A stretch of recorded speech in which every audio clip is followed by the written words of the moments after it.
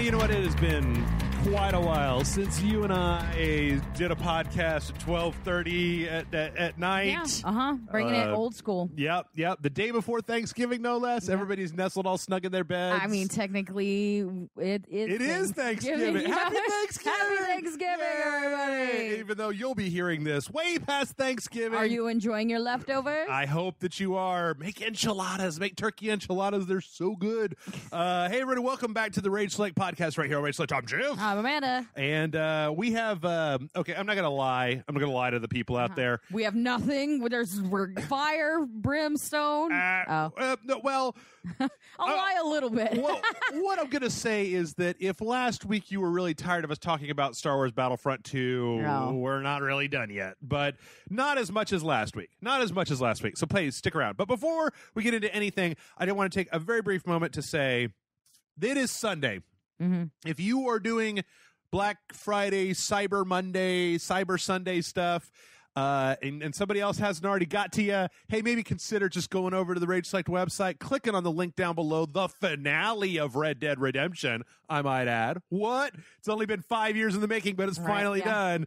And maybe just click on that link and then do your holiday shopping there. We get a kickback from that. It doesn't cost you anything. Like, that's the big thing, is it doesn't cost you anything extra. It's one extra click. Yeah, they get like a commission, basically. Yeah, it's basically... Or we get a commission. Amazon thinks of it as like I'm pimping out stuff to you, and I think about it as just like, haha, suckers, you and me, we're gonna game the system. You click on my link, you're gonna give me money, and I didn't sell you shit. I just played a video game. So maybe consider doing that. Help us out.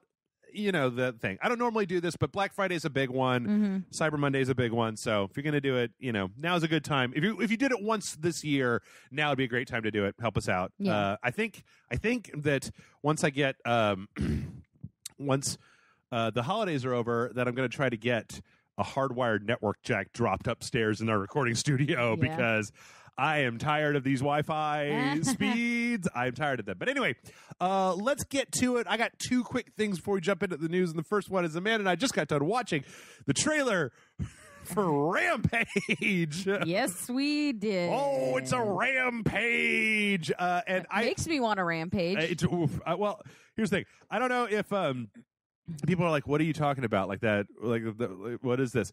Okay, this is a movie starring Dwayne "The Rock" Johnson. And a giant gorilla. That's right. It's based on the video game Rampage, which was a one-trick pony, to say the least. What if you were Godzilla or King Kong or Giant Wolfman? Because it's not ripoffs, guys, because we got a wolf. Because it's a giant Wolfman. Yeah. I think that it's interesting to me that they had the gall to put, like, from the director of San Andreas. You know that movie that nobody saw, and the people who did see it didn't like it? Yeah, the people that, like, really regretted watching the movie. Yeah. This looks like utter garbage. This looks so terrible. Yeah. Like Battleship. Like, just, we bought the name to make a monster movie. I want this to tank like Battleship. I'm not somebody that's like, I want this movie to be bad. But, oh, man, did it feel a little insulting. And I finally understood it, but like they use the Smashing Pumpkins in this trailer with the Despite All My Rage, I'm still just a rat in a cage. Yeah. Nobody's a rat. None of them are in cages. And how dare you? George is in a cage at some point. The fact that for a good 30% of this trailer is The Rock saying, "We got to protect George. George, come back here.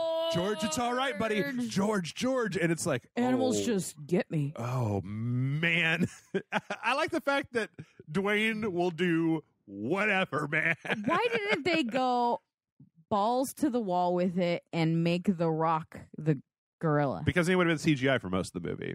Or then it would have just been that fucking gorilla is not going to be even giant for half of this movie. No, see, what I think... But you could have made a cartoon caricature gorilla version of The Rock and still got the fucking people's eyebrow on the thing, and it would work. Well, like, do you know what I mean? Like, they should have just gone crazier with it. I think that their mental math goes, like, okay, we've got this big monsters versus people thing, right?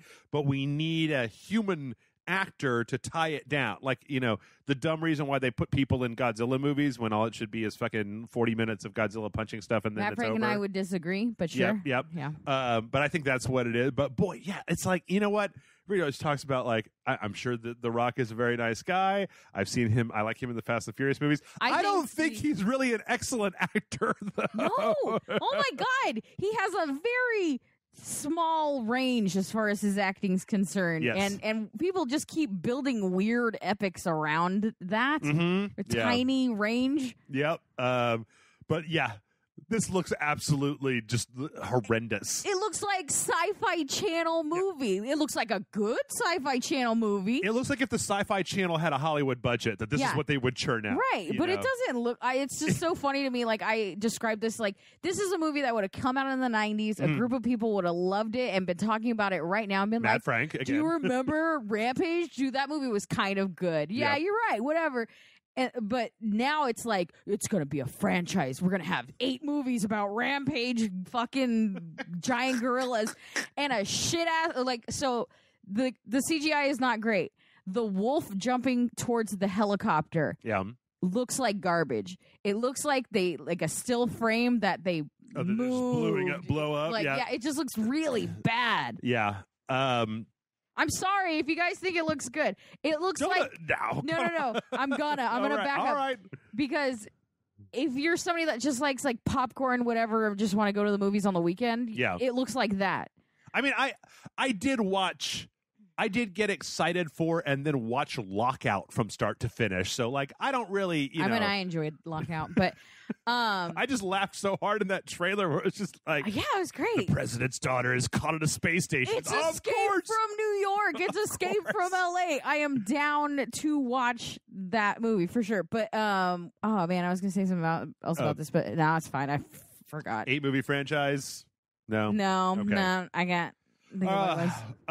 Yeah. So this looks like utterly crap. Utterly complete garbage. Also, no, there's no good segue there. I started watching The Punisher. Oh yeah, I have not. I'm kind of over it. Netflix Marvel. I'm over like all of it. Like I was all about, I'm gonna watch Thor, and then we're gonna watch Justice League, and we're gonna like do double feature, and we're gonna watch Punisher, and The Runaways is out, and I want to check that out already. The first 3 episodes, I think they're releasing them like 3 episodes at a time, so it's like you can marathon it, but kind of. Okay. I went nah, and then I played Cat Quest on the Switch. I'm a level 42 cat. Dragon blood cat, I fight dragons. It's okay so far. I feel like it's suffering from like, I just don't know how many times. I mean, like, I don't know why Netflix won't just listen to me, Amanda. Because they're making money. The first episode, really good. Frank Castle wants to be left alone, but he can't be left alone. And then violence ensues. And I'm up like 3 episodes past that, and boy, fucking howdy did I not need 3 hours of Frank Castle and Microchip getting to know each other. Like, I was... Did it turn into a buddy cop movie halfway through? No, they don't like each other. They don't like each other. Yeah. Frank Castle just wants to be left alone. I'm sorry, have you not watched a buddy cop movie because they never like each other in the beginning? Also, there's this... I mean, like, I don't know if this is the case. There's this lady in there that's like part of the government, and she's doing a thing, and somehow it's going to tie back into Frank Castle's past and like the things that may have happened when he was at war. Every time, I'm a very attractive lady. Every time she comes on screen, I'm just like, God. It's like, you remember in take your pick. You remember in Luke Cage, whenever they went back to Misty and her partner, and you're just kind of like, it's like a break from the actual story. Yeah, or Daredevil, whenever they went to Karen at the newspaper. Karen, stop. And it was just like, Karen, no. Or like in Jessica Jones, when they went to the dude's support group of the heroin guy that she was his next door neighbor, and you're just like, oh yeah. Like all these filler packaging subplots that like are just keeping me Now, the thing I do like is that they seem to have toned down the Punisher rage, which is what I didn't like in Daredevil, because I like my Punisher cool. Like, well, you can only do so much with like blind rage. Well, traditionally, the Punisher in the comics that I like, you get more from the people that are around him. So you got the Punisher, but then you've got like the Garth Ennis run has Detective Soap and then the Nucci's and like the characters around the Punisher. In fact, you remember in the first newer Punisher movie, Thomas Jane one? Yeah, where he lived in like that apartment with all the crazy characters, right? That was like how they did it in the Garth Ennis books. Is that he didn't need to have a lot of personality because the people around him had more personality, and so you just got humor and exposition through them. We get a sad sense of personality from him in that. Well, yeah, they did that, but then they added in all the like weeping and crying and I'm the Punisher and I'm real sad stuff instead of just like I'm a broken person who kills people. Anyway, I'm not here to talk about that. I'm here to talk about Future Man. Oh, Jesus. Because I watched Future Man. That trailer looked like garbage. It did. And I was like, nope, no siree, nope. And yet you watched it? And then a few different people that I respect were like... You don't respect people, Jeff. You know that. A few people whose opinions have happened to get close to mine said... On the dartboard of opinions. Yeah, said, and so I just started like putting it on in the background. They said, and you were like, all right. I would put it on in the background while I was doing other stuff. Yeah. And so I kind of got into it. And like, yeah, it definitely does not give a good first impression. But like, I like what it does with time travel. So for anybody who doesn't know, Future Man is basically the guy who played Peeta in the Hunger Games. I don't remember his name, Josh something or whatever. He plays this video game. First of all, the premise is flawed because just a bit. He plays a video game that no one has beaten so far. That's been out for years. Like the people at the game store make fun of him because they're like, "Are you still playing that game? Nobody's ever beat that game. Nobody's ever going to beat that game." And it's like, This is 2017. Josh Hutcherson. There you go. And Dark Souls is a thing. People are masters of Super Meat Boy. Yeah. Somebody beat your dumb action game. Yeah. Anyway, he beats the game, and then it turns out that it was a recruiting tool from the future, and so these two kind of like Terminator people come back. I've never heard of this premise before. Right.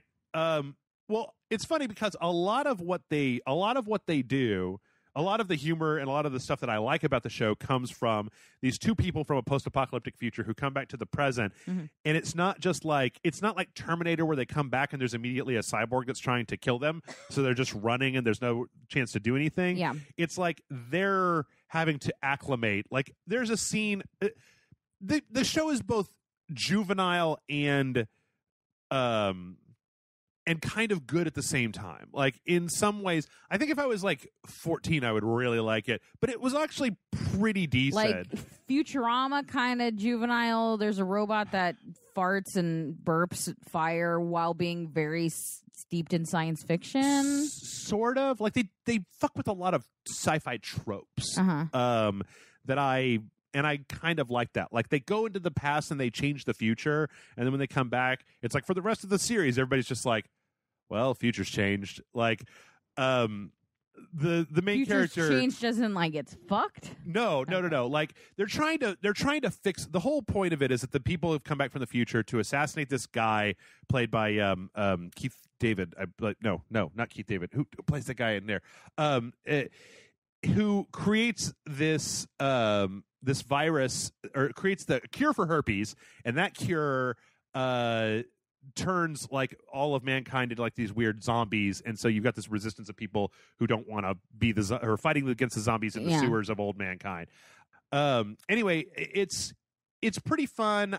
I liked it. I think that like if you already have Hulu, it's worth watching. Yeah. I think it's a good thing to maybe put on in the back. No, it is Keith David. Right yep, there. That's Keith David. Okay.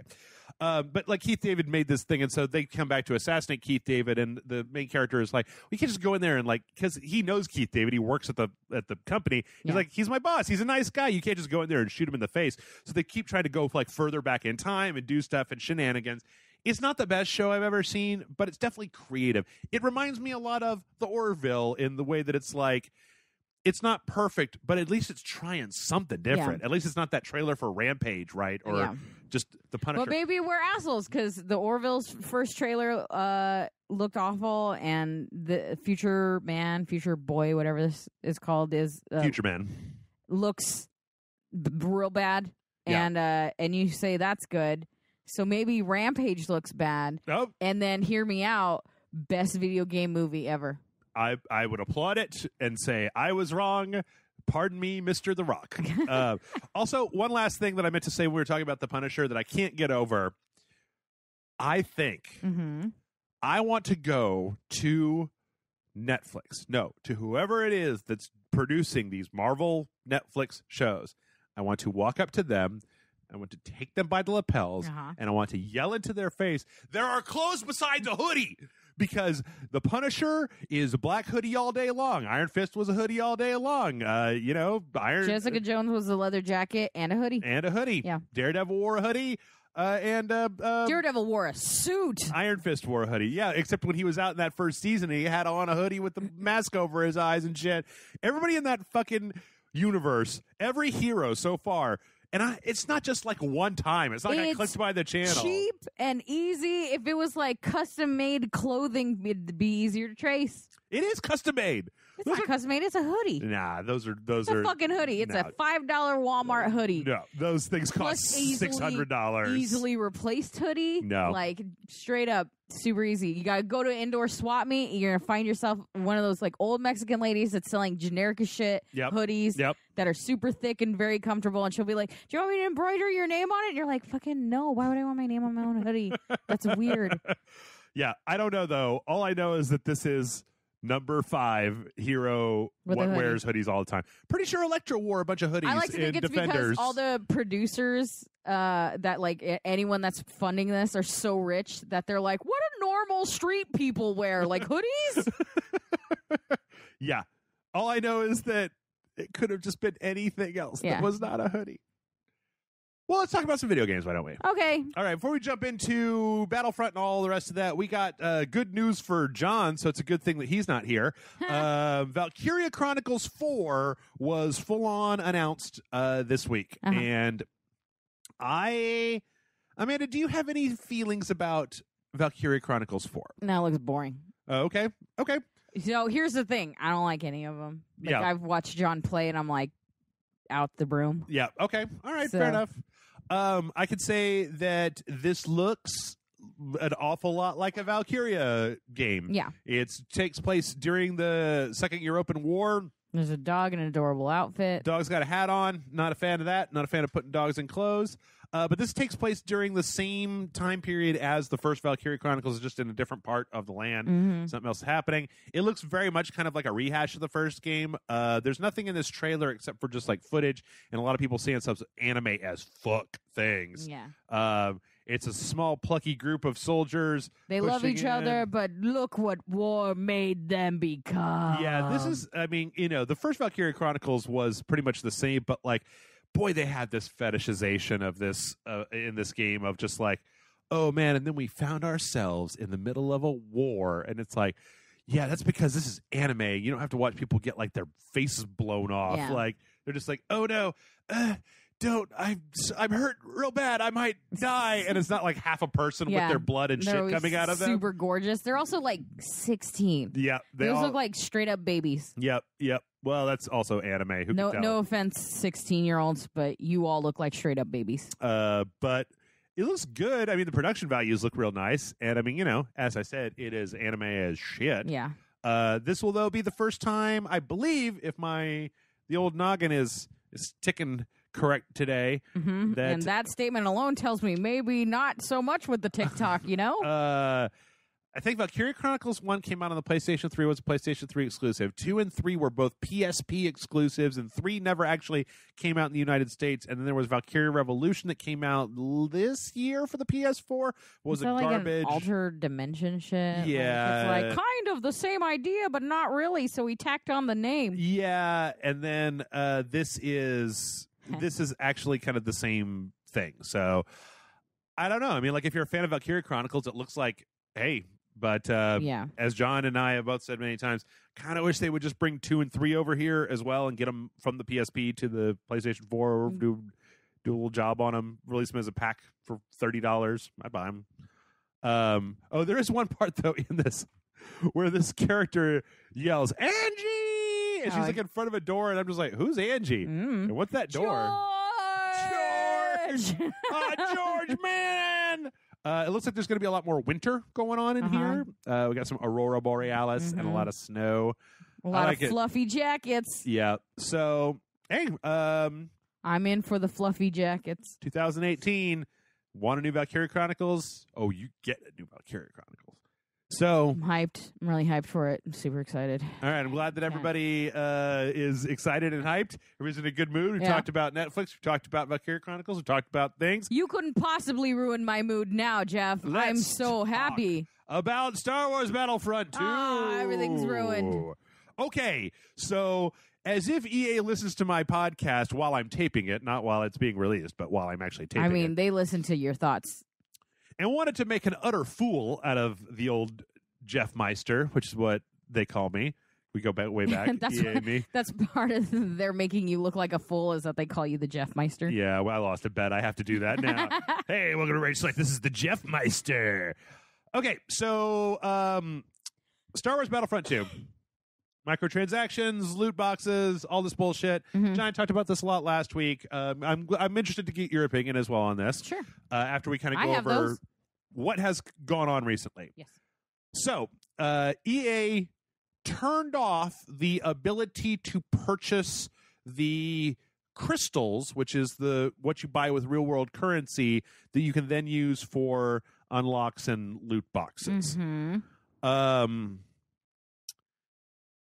The progression is still in the game. All of the unlocking Darth Vader for 15,000 credits is still in there. It's just you can't actually buy loot boxes. You can still buy loot boxes. You just buy them with the in-game currency that you earn in-game as opposed to spending your own money to get.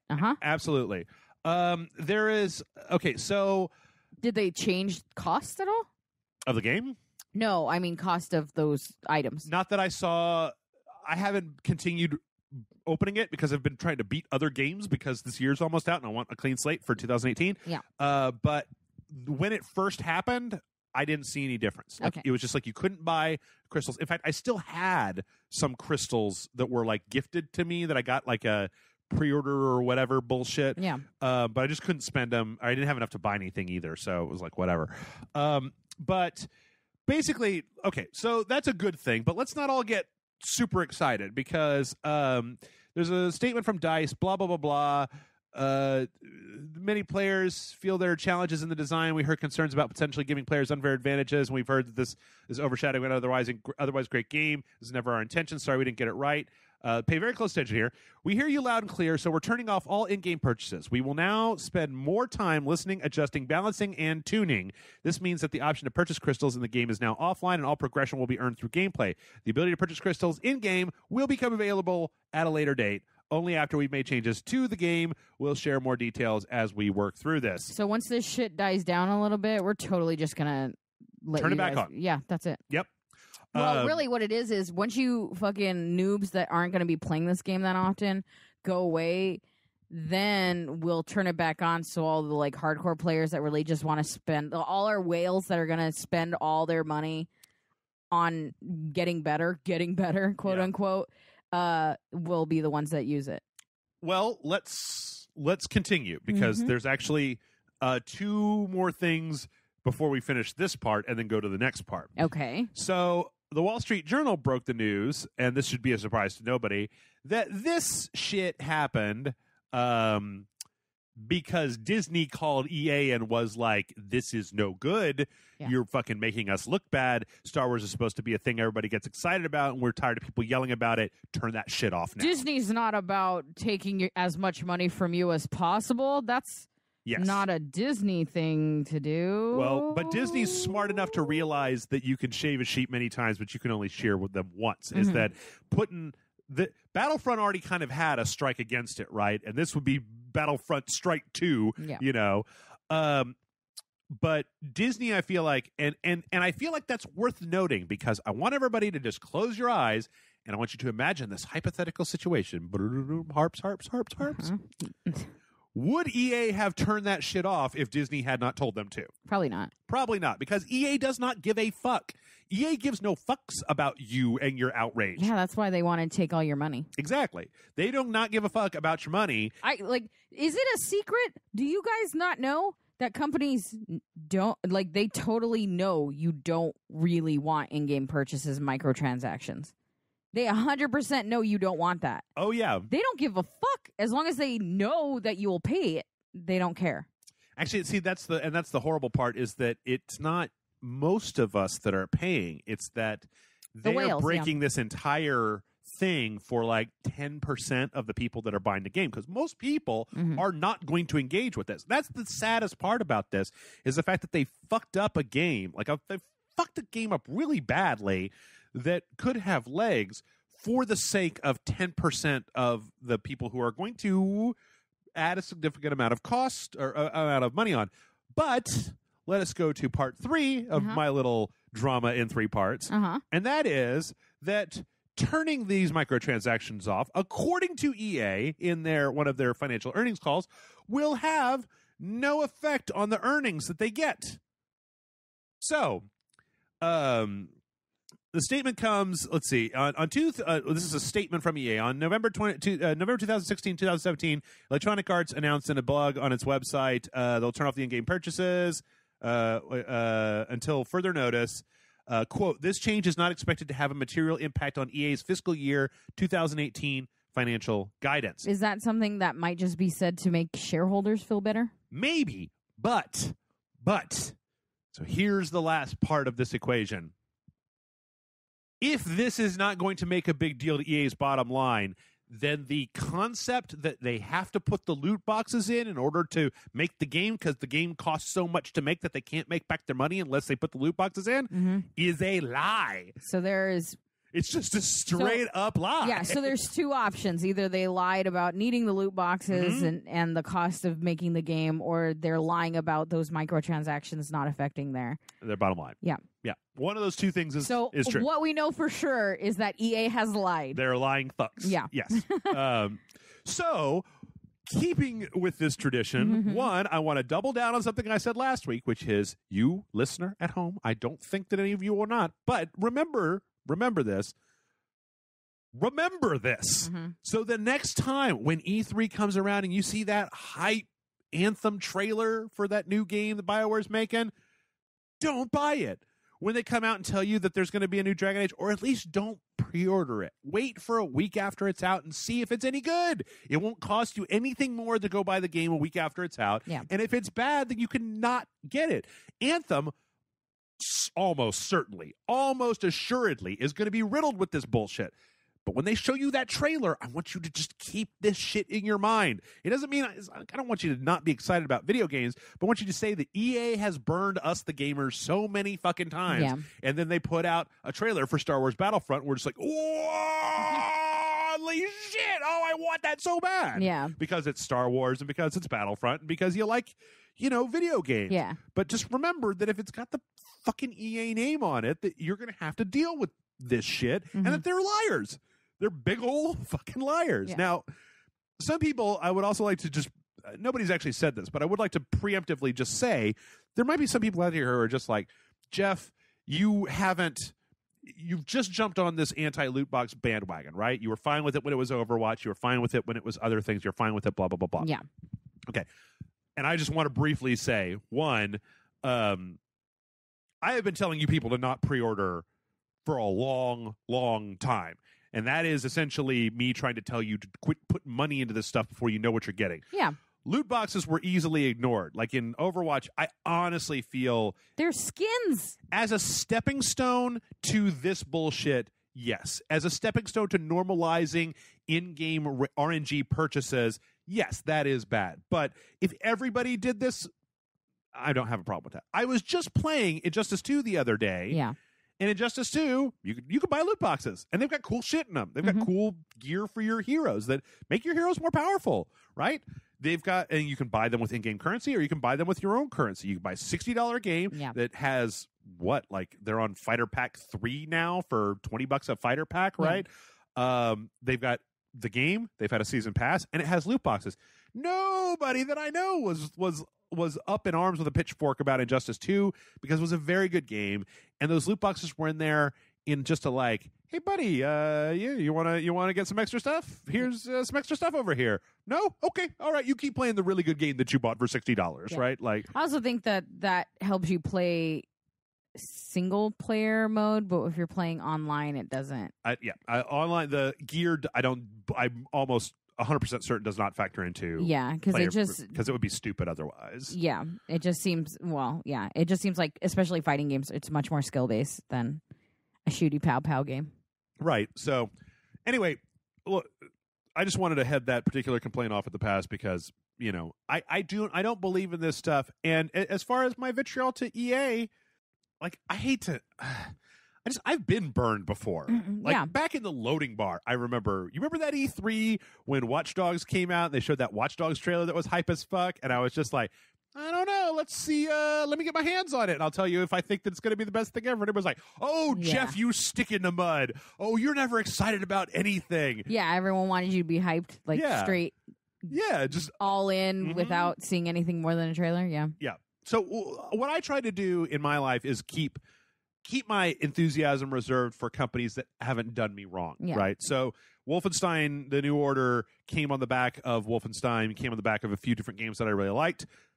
Bethesda's on my good list right now. Skyrim on the Switch, The Evil Within 2, Wolfenstein, The New Order. They've done right by me. Like, I like the Doom. Like, I like the games that they have put out. Fallout 4, I liked Fallout 4. Some people didn't, but I liked Fallout 4.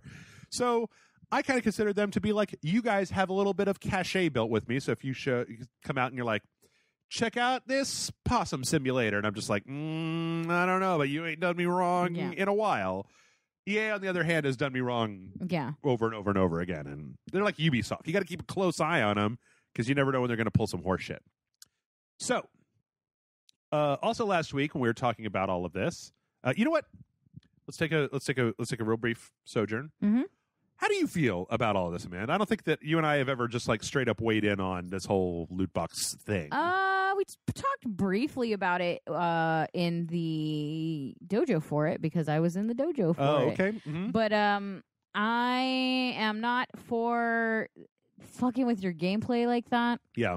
I don't care if they make things an option for people to buy, like loot boxes and stuff, but I prefer it to be something that's more skins, aesthetic stuff, and not so much like purchase the rest of your game or purchase some stuff that makes it an unfair advantage or it's the only way you can compete. So, but I mean, besides that, like, I'm not going to buy it.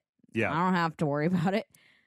I guess, like I said, I also have a tendency to want games that are much more like fully made games by themselves, like not the games as service model that people are talking about. It just happens to be the kind of games I like are really just complete games. Yeah. Well, that's I don't know. Some people are saying that you're going to see more and more games as service going forward, and I think that that's a thing that the industry is pushing, but it depends on whether people actually will engage with it. Well, John and I were talking about this, and he said that there were a bunch of developers that were like, you'll never see this in our games. The Clicker Heroes 2 just said they pulled microtransactions out of their... This is just one of those Steam click games, right? Because weird. They were just like, we don't think this is ethical. Yeah. So it starts becoming... ethics in gaming. Right. It's all about ethics in video games. Yeah. So, Woo, we finally got there, y'all. Taking it back. But, so yeah, I think it might become a thing where now we know that it's a bad thing to do.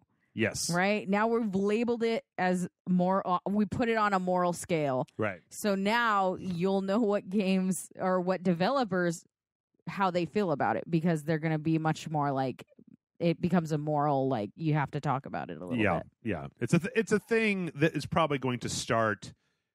It'll be a thing that people will immediately be turned off by. Mm-hmm. Where a game is announced, Valkyria Chronicles 4 is announced, and then the next announcement is, oh, by the way, you'll be able to buy deployment packs for Valkyria Chronicle 4 that'll let you add better guns into your game. And people are just like, nope. I would be really interested in if in the next E3, if we hear specific, like, and there's no microtransactions. I'd be willing to bet. Do you know what I mean? Like, they're going to openly say no DLC because this is a full game. You know what I mean? Mm-hmm. Like, it's actually going to be a feature that they're not fucking you over. Yeah. Which is so funny because for a while it was like we made more content for you, and now it's like, all right, we're not, cutting out content from you. I think that's an interesting. I think that's totally a way that it could go, where you start seeing games that do very well from studios that are like, and here's the whole game, and you buy it for $60. And then that becomes a popular enough selling point that EA is like, we got to get in on this whole game $60 thing, and then it goes it's back like a over weird, again. But I tell you what, $60 for a video game is, not even enough. From this one jackass over at the Wall Street Journal when all this stuff was coming out last week, Evan Wingren, a financial analyst for KeyBank Capital Markets, I should tell you what kind of scumfuck this motherfucker is talking about how, like, well, gamers shouldn't even be. $60 is too low even for video games. And I want you to fucking listen to the way that this guy makes this argument. Yeah. First off, quote, gamers aren't overcharged, they're undercharged. And we're gamers, he says. Yeah, right. Jerk me another one. I played Tetris once. Evan, this saga has been a perfect storm for overreaction as it involves EA, Star Wars, Reddit, and certain purist gaming journalists / outlets who dislike microtransactions. But check this out. This is his math from VG 24/7 article about this. According to Evan, the cost per hour for a video game is still much lower than TV and movies. Okay, now check this out. Let's solve for X here. This is even taking into account paying the $20 per month for loot crates on top of the $60 admission price. Assuming the player in question plays the game for around 2.5 hours per day for a year, it comes out to 40 cents per hour compared to 60 cents for television or 80 cents for a movie rental or something like $1.50, I think, in the article that I read for like for a blockbuster movie. It's like $3, right? Because you're paying like $6 for a 2-hour movie. Yeah. But like, fuck you, Evan. Yeah. 2.5 hours a day every day for a year with the same video game? Eat my dick, motherfucker. Like, you can just... He would know, Jeff. He's a gamer. Yeah. And, trust me, I'm a gamer. Yeah, that's my favorite. Fucking piece of garbage. You and I have had many a conversation that have lasted until the fucking sun has come up of idiots that don't know what the fuck they're talking about, who start their fucking argument with, trust me, I'm a gamer. Yep, trust me, I know what I'm talking about. Yeah, fuck off. But that, I mean, give me 2.5 hours a day times 365 days a year is 912.5 hours in a video game. Yeah. Those are rookie numbers, man. You got to pump those numbers. If I paid $60 for a game and played it for 900 hours, you bet your bippy I got my money's worth out of it. Who plays the same game for 900 hours? I don't even know. Don't look at my Overwatch hours, all right? I don't really need that kind of judgment right now, Jeff. I think that Dark Souls is probably the closest that I've got, and it's probably closer to something like 400 or 500, and that's over all the games over my lifetime. But, yeah. Fuck off, Evan. Yeah, that's just hilarious. That is the only thing that statement is missing is entitled. I didn't hear the word entitled, and I didn't hear millennials. Oh yes, but that's basically what he's saying. He's this. Like, you millennials. Let me read this again in Evan's voice. This saga has been a perfect storm for overreaction as it involves EA, Star Wars, Reddit, and certain purist gaming journalists / outlets who dislike microtransactions. Fuck you, Evan. And then he lit a cigar with $100 bill. Yeah. Shut up, Evan. Another quote. Quantitative analysis shows that video game publishers are actually charging gamers at a relatively inexpensive rate and should probably raise prices. Which I actually said last week that I would be all in favor for. Yeah, we've talked about it. I think we mentioned it in the Star Wars game where we were like, I'd pay $80 if it's a complete game and I don't have to worry about you cutting shit out of it. Yep. Also, but having said that, don't charge $80. I don't have that kind of money right now. All right, so we're not entirely done with the saga of Battlefront and EA just yet. Okay. Last week... Did it murder a baby? Nope. Last week, the country of Belgium decided that they were going to use their gambling commission to investigate essentially whether they thought that loot boxes in video games in total should be classified as gambling. Uh-huh. Well... And the results? Yes. That affects a lot, actually. Because you can't operate... a gambling establishment without a gambling license, which is a different type of thing than selling a video game. Not just that, but Belgium is also trying to push this up to the whole EU and make it a blanket thing that goes over all of Europe. Ooh, boy. Good job, EA. Way to fuck it over for everybody with your bullshit. This is one way that we could see this bullshit end, is if, last week I talked about, God forbid that the U.S. government get involved. And I think there was one commenter who was talking about, like, they'll just raise the ESRB rating or some bullshit like that. But you guys got to remember, the ESRB is not the government. They are a regulatory commission created by the video game industry to do video game stuff. You remember, like, 4 to 5 years ago when California was trying to pass a law to make it a felony to sell an M-rated game to somebody that was under 17, so that, like, if you did that, it'd be like cigarettes, and a cop could come to the GameStop, be like, "Did you sell this to this kid? You're under arrest, and we're now going to throw the book at you." The last thing in the world that we want is for the government to get involved with this. The only thing that would maybe be good about that would be is if we classified this as gambling and then made it so that games with loot boxes must be rated MA by the ESRB, then suddenly guess who's pulling their loot boxes out of everything? Because EA may be greedy, but if you can't buy Battlefront 2 at Target or Walmart, then, like, you're not buying it. That's somebody gets fired and that shit's taken out and a big sticker's put on the front of it that says, like, doesn't have it in here, we'd patch it down. That's huge. Yep. So I don't know, keep an eye on Europe. But really, what is the European market for video games? It's not. We don't make nothing off of that, right? They don't play video games over there, right? As if all this wasn't enough, we're also seeing EA do some changes to Need for Speed Payback, trying to, because there's loot boxes in Need for Speed Payback after you get done with the single player campaign or some bullshit. There's some open world. I don't even know. Game's too fucking boring for me to play. It was the white and the whitest, whiteiest. Which I want to make this absolutely clear that when Brian Salisbury and I were talking about this guy, I don't like the race or gender or sexual orientation of the main character in a game doesn't bother me. It's that, like, if you just put generic McWhiteface in there and he has no personality, you put Mrs. Blackface in there, and if she has no personality, then I don't care either. I hope those weren't their names. All I'm saying is that you start out with the most bland, like 20-year-old, generic, brown hair, stubble, medium build, Las Vegas white guy race car driver. They look like they're like the front of a university brochure where they're like, it's diverse group of people, but it's really just like generic model looking people, and it's not actual like human beings. I mean, don't get me wrong, I'm full blown fucking SJW libtard cuck or whatever, but I mean, I feel like you're not, or maybe not, I don't know. But now that you've said all those words, I think of you differently. Anyway, so Need for Speed is not only backpedaling, they're also... But so am I. They're also... yes. Yeah. So Need for Speed is...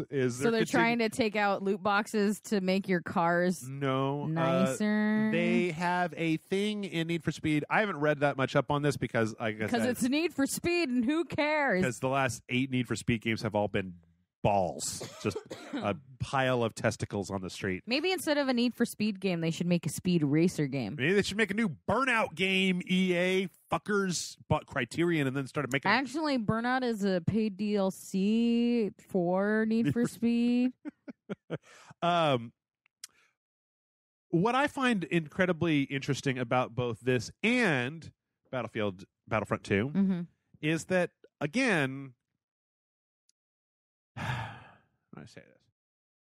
They do all this tuning after the fact, right? They knew these games were going to come out, and I feel like they were sitting in the boardroom trying to figure out how far they could push the boredom meter before people actually got pissed off, how far they could push how much money you would put into the game before people actually got angry with it.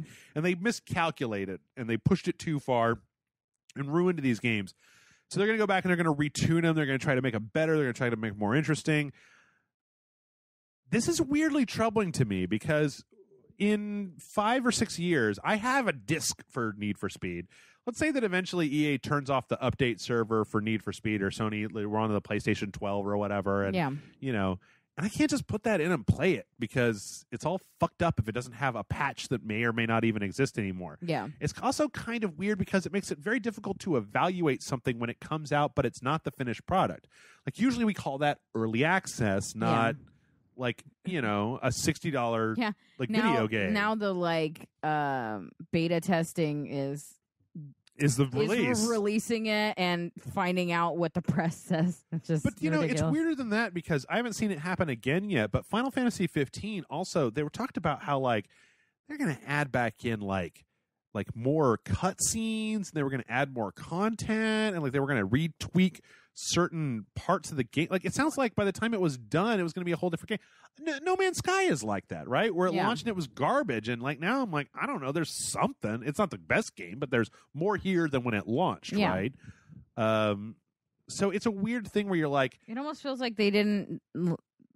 I mean, it's obvious. Obviously, they didn't really finish the game, but also kind of they didn't really put the thought into making a good game. Just we'll develop the bone structure of it, put a little meat on it, send it out there, and then we'll figure out what we should be doing. Yeah. They'll tell us what we should focus on instead of actually just making a complete game and sending it out there. Which is it's another trend that I point out just because I don't like the idea of having an industry where every game you buy needs 6 months worth of patches and work before it's actually the done. game that you should be playing. Just delay it. Not every game, just mostly AAA games. Hashtag not all games. Well, it's just unfair to say that. Well, I mean, obviously, I know you're not honestly being all games. Right. But it's always important to note for me. I mean, I thought Hellblade, the Senua's Sacrifice seemed I don't know if there were any updates or anything to patches or anything, but it seemed 100% complete. There was one, but it was a bug fix or something that didn't get seen until it was out into people's. Yeah, but, and I don't want to make it seem like that at all. Resident Evil 7. Perfect game out of the box. I really like that game out of the box. So you and I were playing Evil Within 2. Great game out of the box. Yeah. Wolfenstein 2. Great game out of the box. It just seems like there's some games that do that, and it tends to be the higher up games because they're so busy. Mass Effect, we have to get it out now. And then they don't worry about we need to put thought and love into a project. Yep. It's completely devoid of any love and passion. Yep. And therefore it's just thought of as a product that's being manufactured and shipped out, and therefore it's missing all the things that made it good. And then they go, well, we could patch in love and passion. We could patch it in, I swear to God. Right. And then they kind of patch in a farce of that. What's interesting, though, is that I'm surprised that they don't already understand that.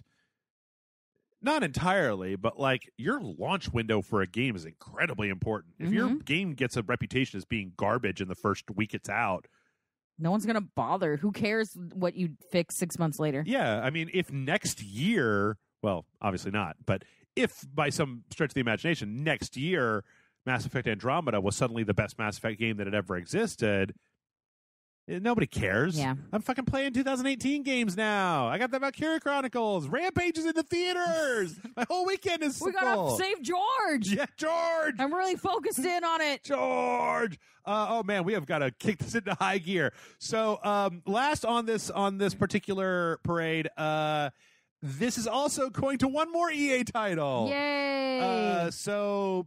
The Reddit FIFA community is calling for FIFA fans to boycott any in-game transactions on Black Friday and then post to EA #FixFIFA to get at least the progression to a place where it doesn't feel gross and dirty and awful. Yeah.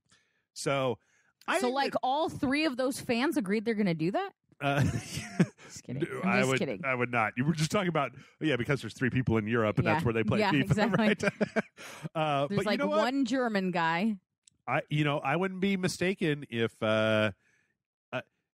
it would not surprise me. I'm just going to put this down here. This is a light prediction, but it would not surprise me if next year at E3, EA came out and announced a bunch of new games and said, and none of these are going to have any loot boxes. I would be really See, everyone, we're the good guys. Told ya. Yeah. Wink into the camera. Because and then somebody makes some weird meme joke and we all feel real awkward about it.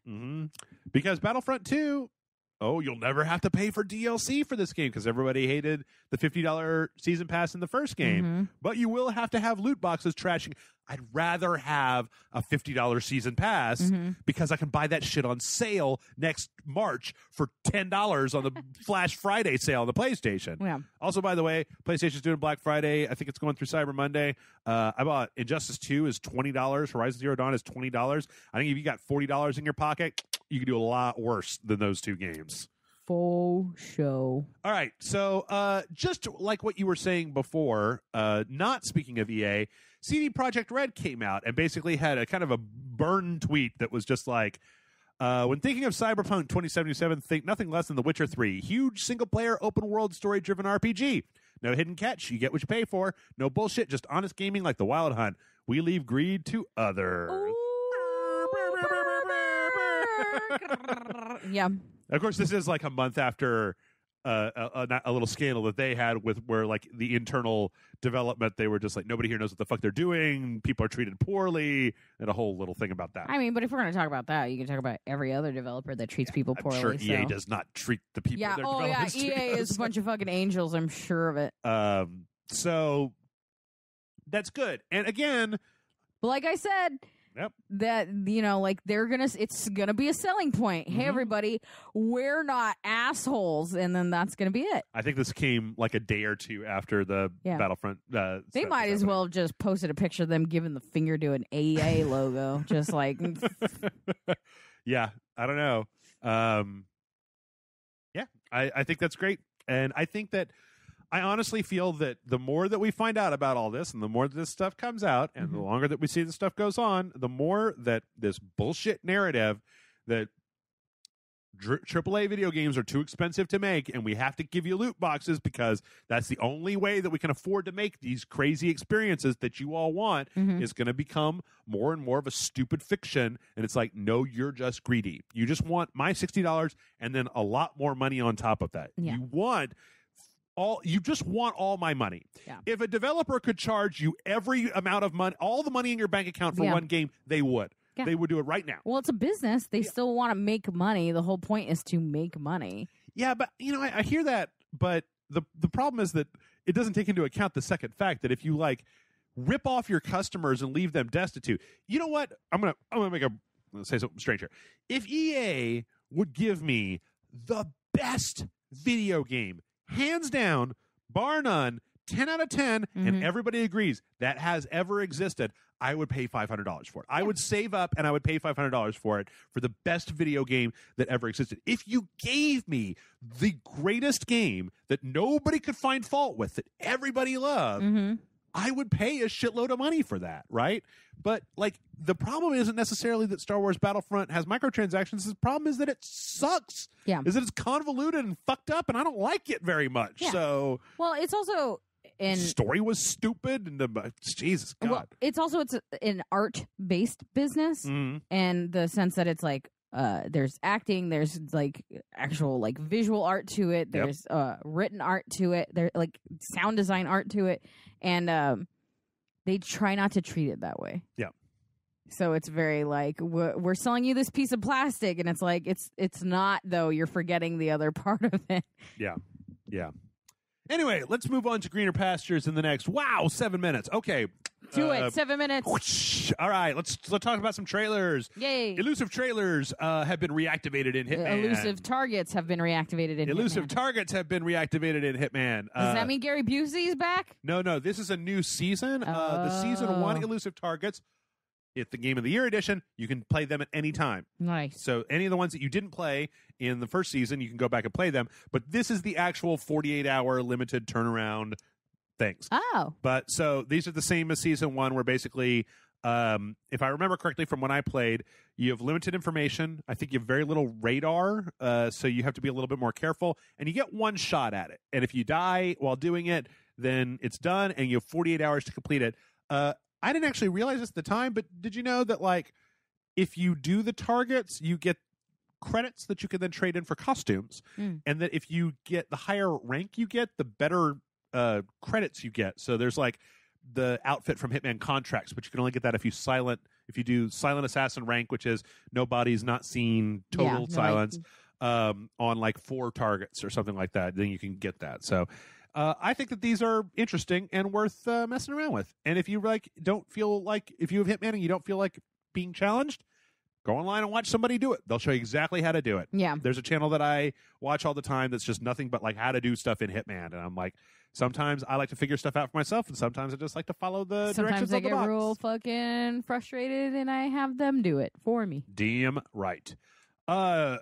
Speaking of anime as fuck, which I wasn't speaking about, Code Vein has a new trailer. This is the Namco Bandai vampire, kind of got Dark Souls controls, just anime as shit. It is, but I was way into the music for it. Yeah, it's got a very different type of song. It's almost like 90s goth. It reminds me of like The Crow, the movie, like the music in that. It kind of reminds me of like the theme song to like a Southern Gothic TV show. Yeah, there's a sketch on Portlandia of a band that just does all of the TV shows, and it kind of reminds me of that. It's kind of got this dirty South kind of stomping thing going, but yeah, it's good. This game, I don't know, man. Like, it looks good, but it also, just from looking at it, looks like it has the potential to be real stupid garbage. Generic as shit in anime stuff. Well, it's got the whole boobs. Dark Souls kind of combat system to it, because some people have already played it. So therefore you love it? No. I'm just kidding. Nobody has managed to do Dark Souls in a very good way outside of maybe Suda 51. Outside of maybe Dark Souls. Dark Souls 3 wasn't even, I don't know, though. This is a pretty stylish trailer, though. It looks good. Yeah. It looks like a fun Honestly, game. like the only thing that makes it appealing is some of the monsters look really cool and the music. Yeah. That if that music is like that in the whole game, I'd be inclined to buy the soundtrack. I don't think it's going to be. I think that this is actually just a great way to appeal trailers. To Americanize. Yeah. Dark Souls 1 had a trailer that had like a very kind of like, it was when everybody was doing their trailers with like a bluesy guitar song and then like a lot of kind of weird action on the screen. I remember because I downloaded it and then I put Power by Kanye West behind it because I'm like, that song will go with any trailer. Yep. It will go with any trailer. That song goes with everything. Yeah. Like Guile's I'm going to theme. walk down the aisle to Power by Kanye. It's a good fucking song. I may not be the biggest Kanye fan, but I like that song. And not just because of Saints Row 3, but mostly because of Saints Row 3. Yeah. Mm-hmm. Next up, I didn't watch that. So we're not. Yep. Damn it, I forgot to do some of these. Okay. I'm going to announce this, even though I didn't get a chance to watch the trailer yet. So Finding Paradise, the second episode of To the Moon, is getting released on December 14th. And if I remember correctly, To the Moon was kind of like an indie game, like an indie narrative game. Yeah, that was first released in 2011 and was a big old hit. And it was a kind of an existential. I don't remember shit from 2011. Yeah. This one, it looks like it's got a lot more. That one said more loot boxes, big fucking bold letters in that trailer. Yeah. What did we just talk about? Pretty sure that was a. They're like, fuck, we gotta take it out of the next trailer. Yeah, but this actually looks pretty cool. I mean, it looks like it's something that's made in RPG Maker, but the first one has a really good reputation, so I wouldn't be surprised if this one is good. So if you're a fan of To the Moon, set your clock. Marvel vs. Capcom 3 is getting some new DLC. We got Winter Soldier. Just leave me alone. Yeah, Black Widow. Yeah, Winter Soldier has this one vocal line where he's like, "Take that, fuck you, your mom's a whore, leave me alone." Like, it's kind of weird. Yeah, it's like a teenager going through hormones. Yeah, Winter Soldier and Venom, which actually Venom was in the. He wasn't in the game, but you went to, because they've got this whole like the two worlds merged thing, and so it was like what Umbrella was AIM and Umbrella connected together, and so you fought these like Carnage symbiote like BOWs with Chris Redfield and Spider-Man. Basically, it's weird. Yeah, that's a little bonkers. So wow, they needed less animation in that tongue. Let me tell you. Yeah, well. Everybody is kind of on the same page that Marvel vs. Capcom Infinite kind of looks like garbage for a 2017 AAA video game. A little bit. But, you know, if you're into this stuff, hey, you get some new fighters. Get some new fighters. Oh, you know what, Amanda? You weren't here last week. I was not. Care to comment about those Teenage Mutant Ninja Turtles in I'm for it. Injustice 2? I'm all 100% for it. I feel like somebody made that game just for you. It's like first Hellboy and then the Teenage Mutant Ninja That's Turtles. what I was fucking telling John. You know what? They need to bring Lobo. What the hell? Lobo was in the last game. I don't know why Lobo wouldn't be in this one. He was in the last game. I want Hellboy and Lobo to punch each other in the face. Who wins in that fight? I don't know. I've written fan fictions that go either way.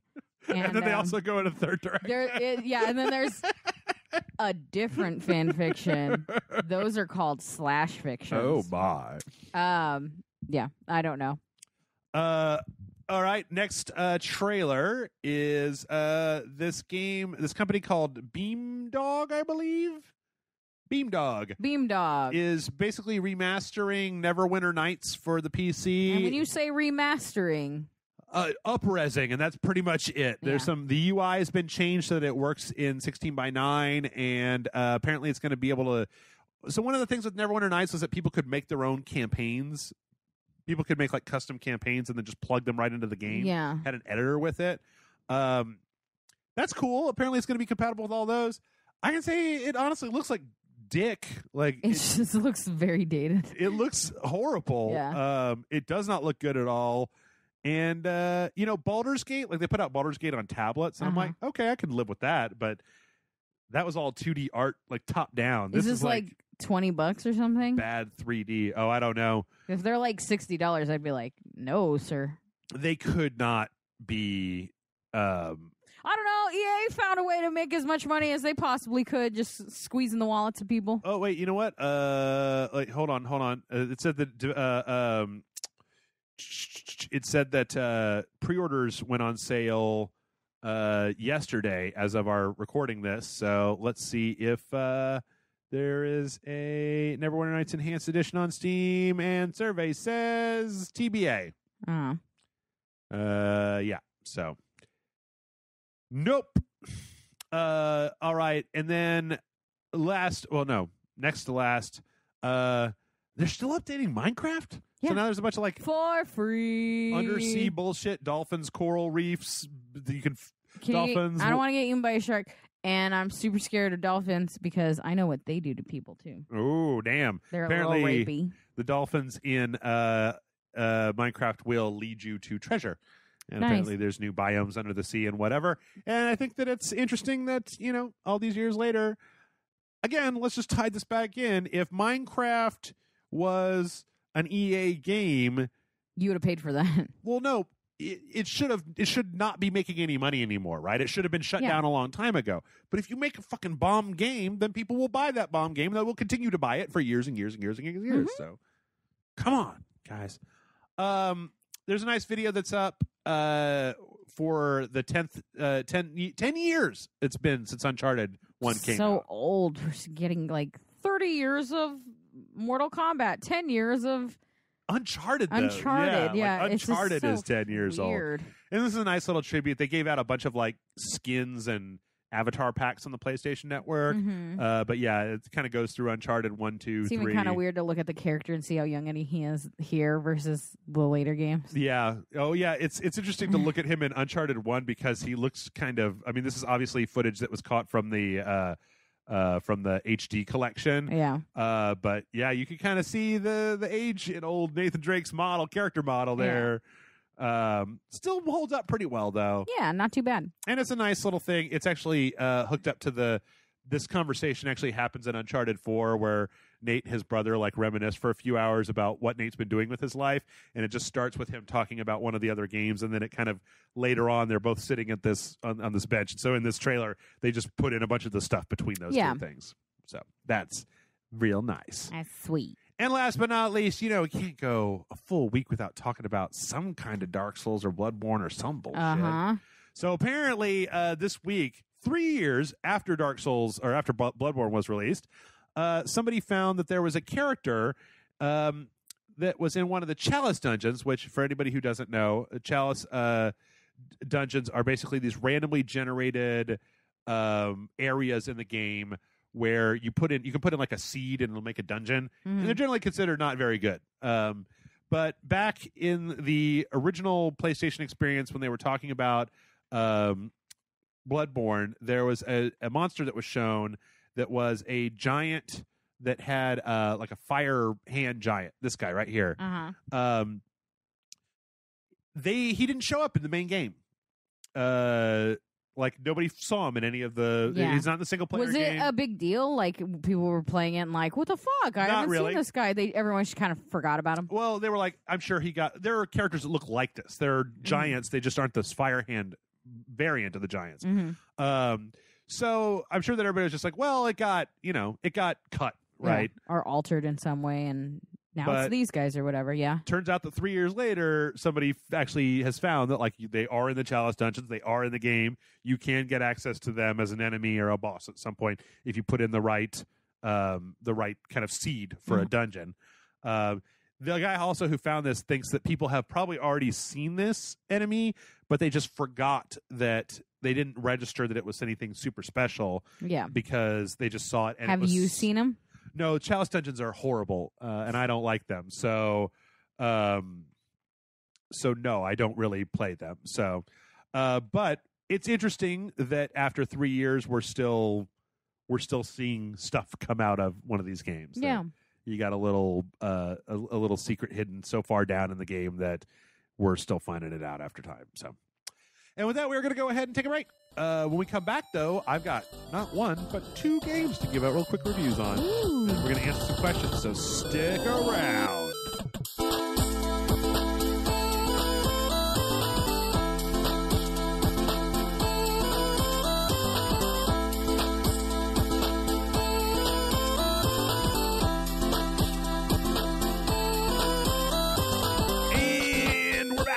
But before we get to those questions, I beat 2 games this week that I would like to talk about. Yes. What games?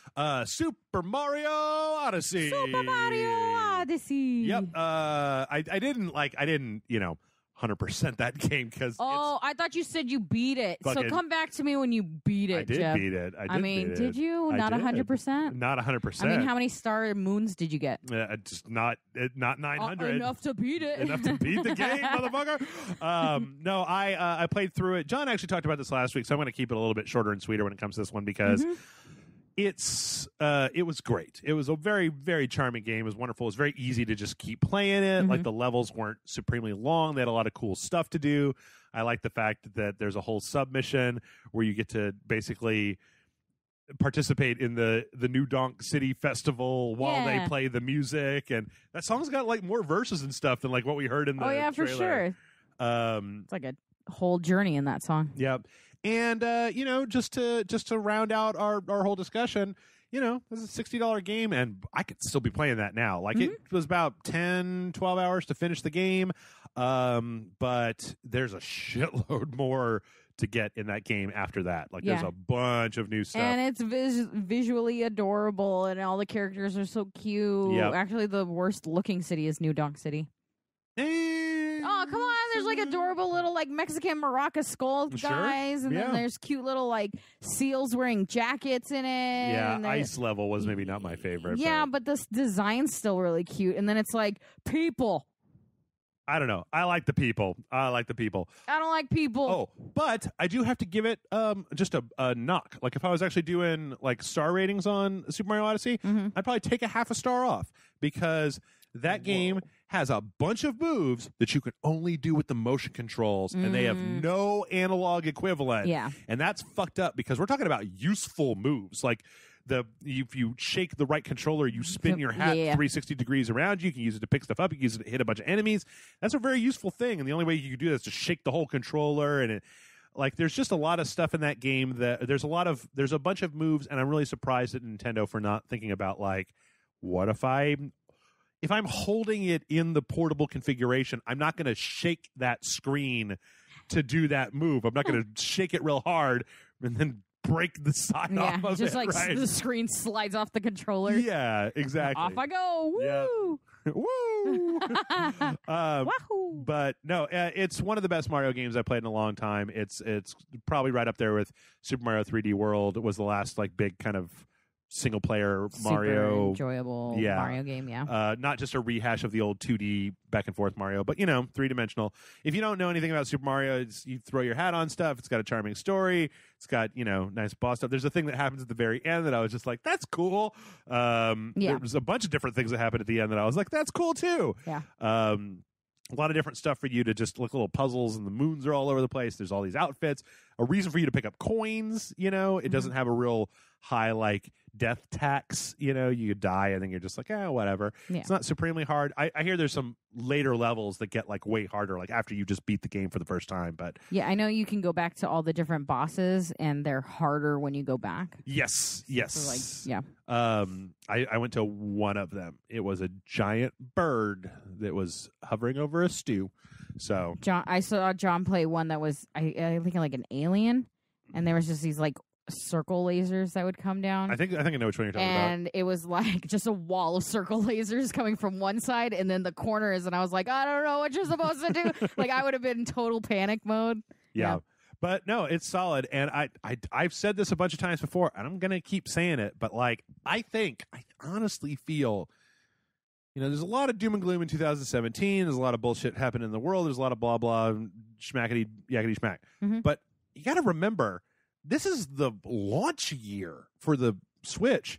And we have both a new Mario and a new Zelda in that year. Not even the other stuff. Not even Skyrim or, ARMS or Mario Rabbids. Cat Quest. Cat Quest. I'm going to keep bringing it up because it's an enjoyable game. Do you want to play Cat Quest? Yeah. We can play Cat Quest I ask you every day, Jeff. I literally every morning at 7 a.m, I send you a text. Right. It says, can we play Cat Quest? Yes. And you never respond. Because I'm asleep. Wake up and play. Wake up and smell the catnip, Jeff. No, I don't think it'd be. I honestly think it's an adorable game to play, and it might not be visually great for Let's Play. Okay. Maybe a Patreon video. The other one is I finally finished Call of Duty World War II. I plowed through the single player campaign, and you and I played a little bit of zombies. The multiplayer seems like it's largely unchanged from the beta. Mm-hmm. Outside, So is maybe this the game where you throw your hat to control Nazis? No. I was just hopeful that was just going to be a thing from now on. No, yeah, every game has a bunch of hat throwing now. So here's what I like to say. They changed the single player campaign in one fairly major way, and that is that you no longer have regenerating health. So that's right. You need health packs. You need health packs. You have a squad with you. For story's sake, this is just a very Band of Brothers World War II, oh man, I never knew what war was like until I got there, and Josh Duhamel's there yelling at you, and a bunch of people there. I never knew what war was like until Josh Duhamel started yelling at me. Josh Duhamel yelled at me all the time. But you have, they wanted you to have a better sense of squad in the game. So you can, if you're out of health packs, there'll be a cooldown timer where you can actually point at one of your people in your group. Give me your health. And you hit Good up luck. and they throw you a health pack, and then you can get it. The problem is this system does not work very well. First off, your AI guys are fucking worthless. Mm-hmm. You're the only one who can kill a Nazi, basically. They do some, but you're just not. Only you can kill Nazis. Yeah.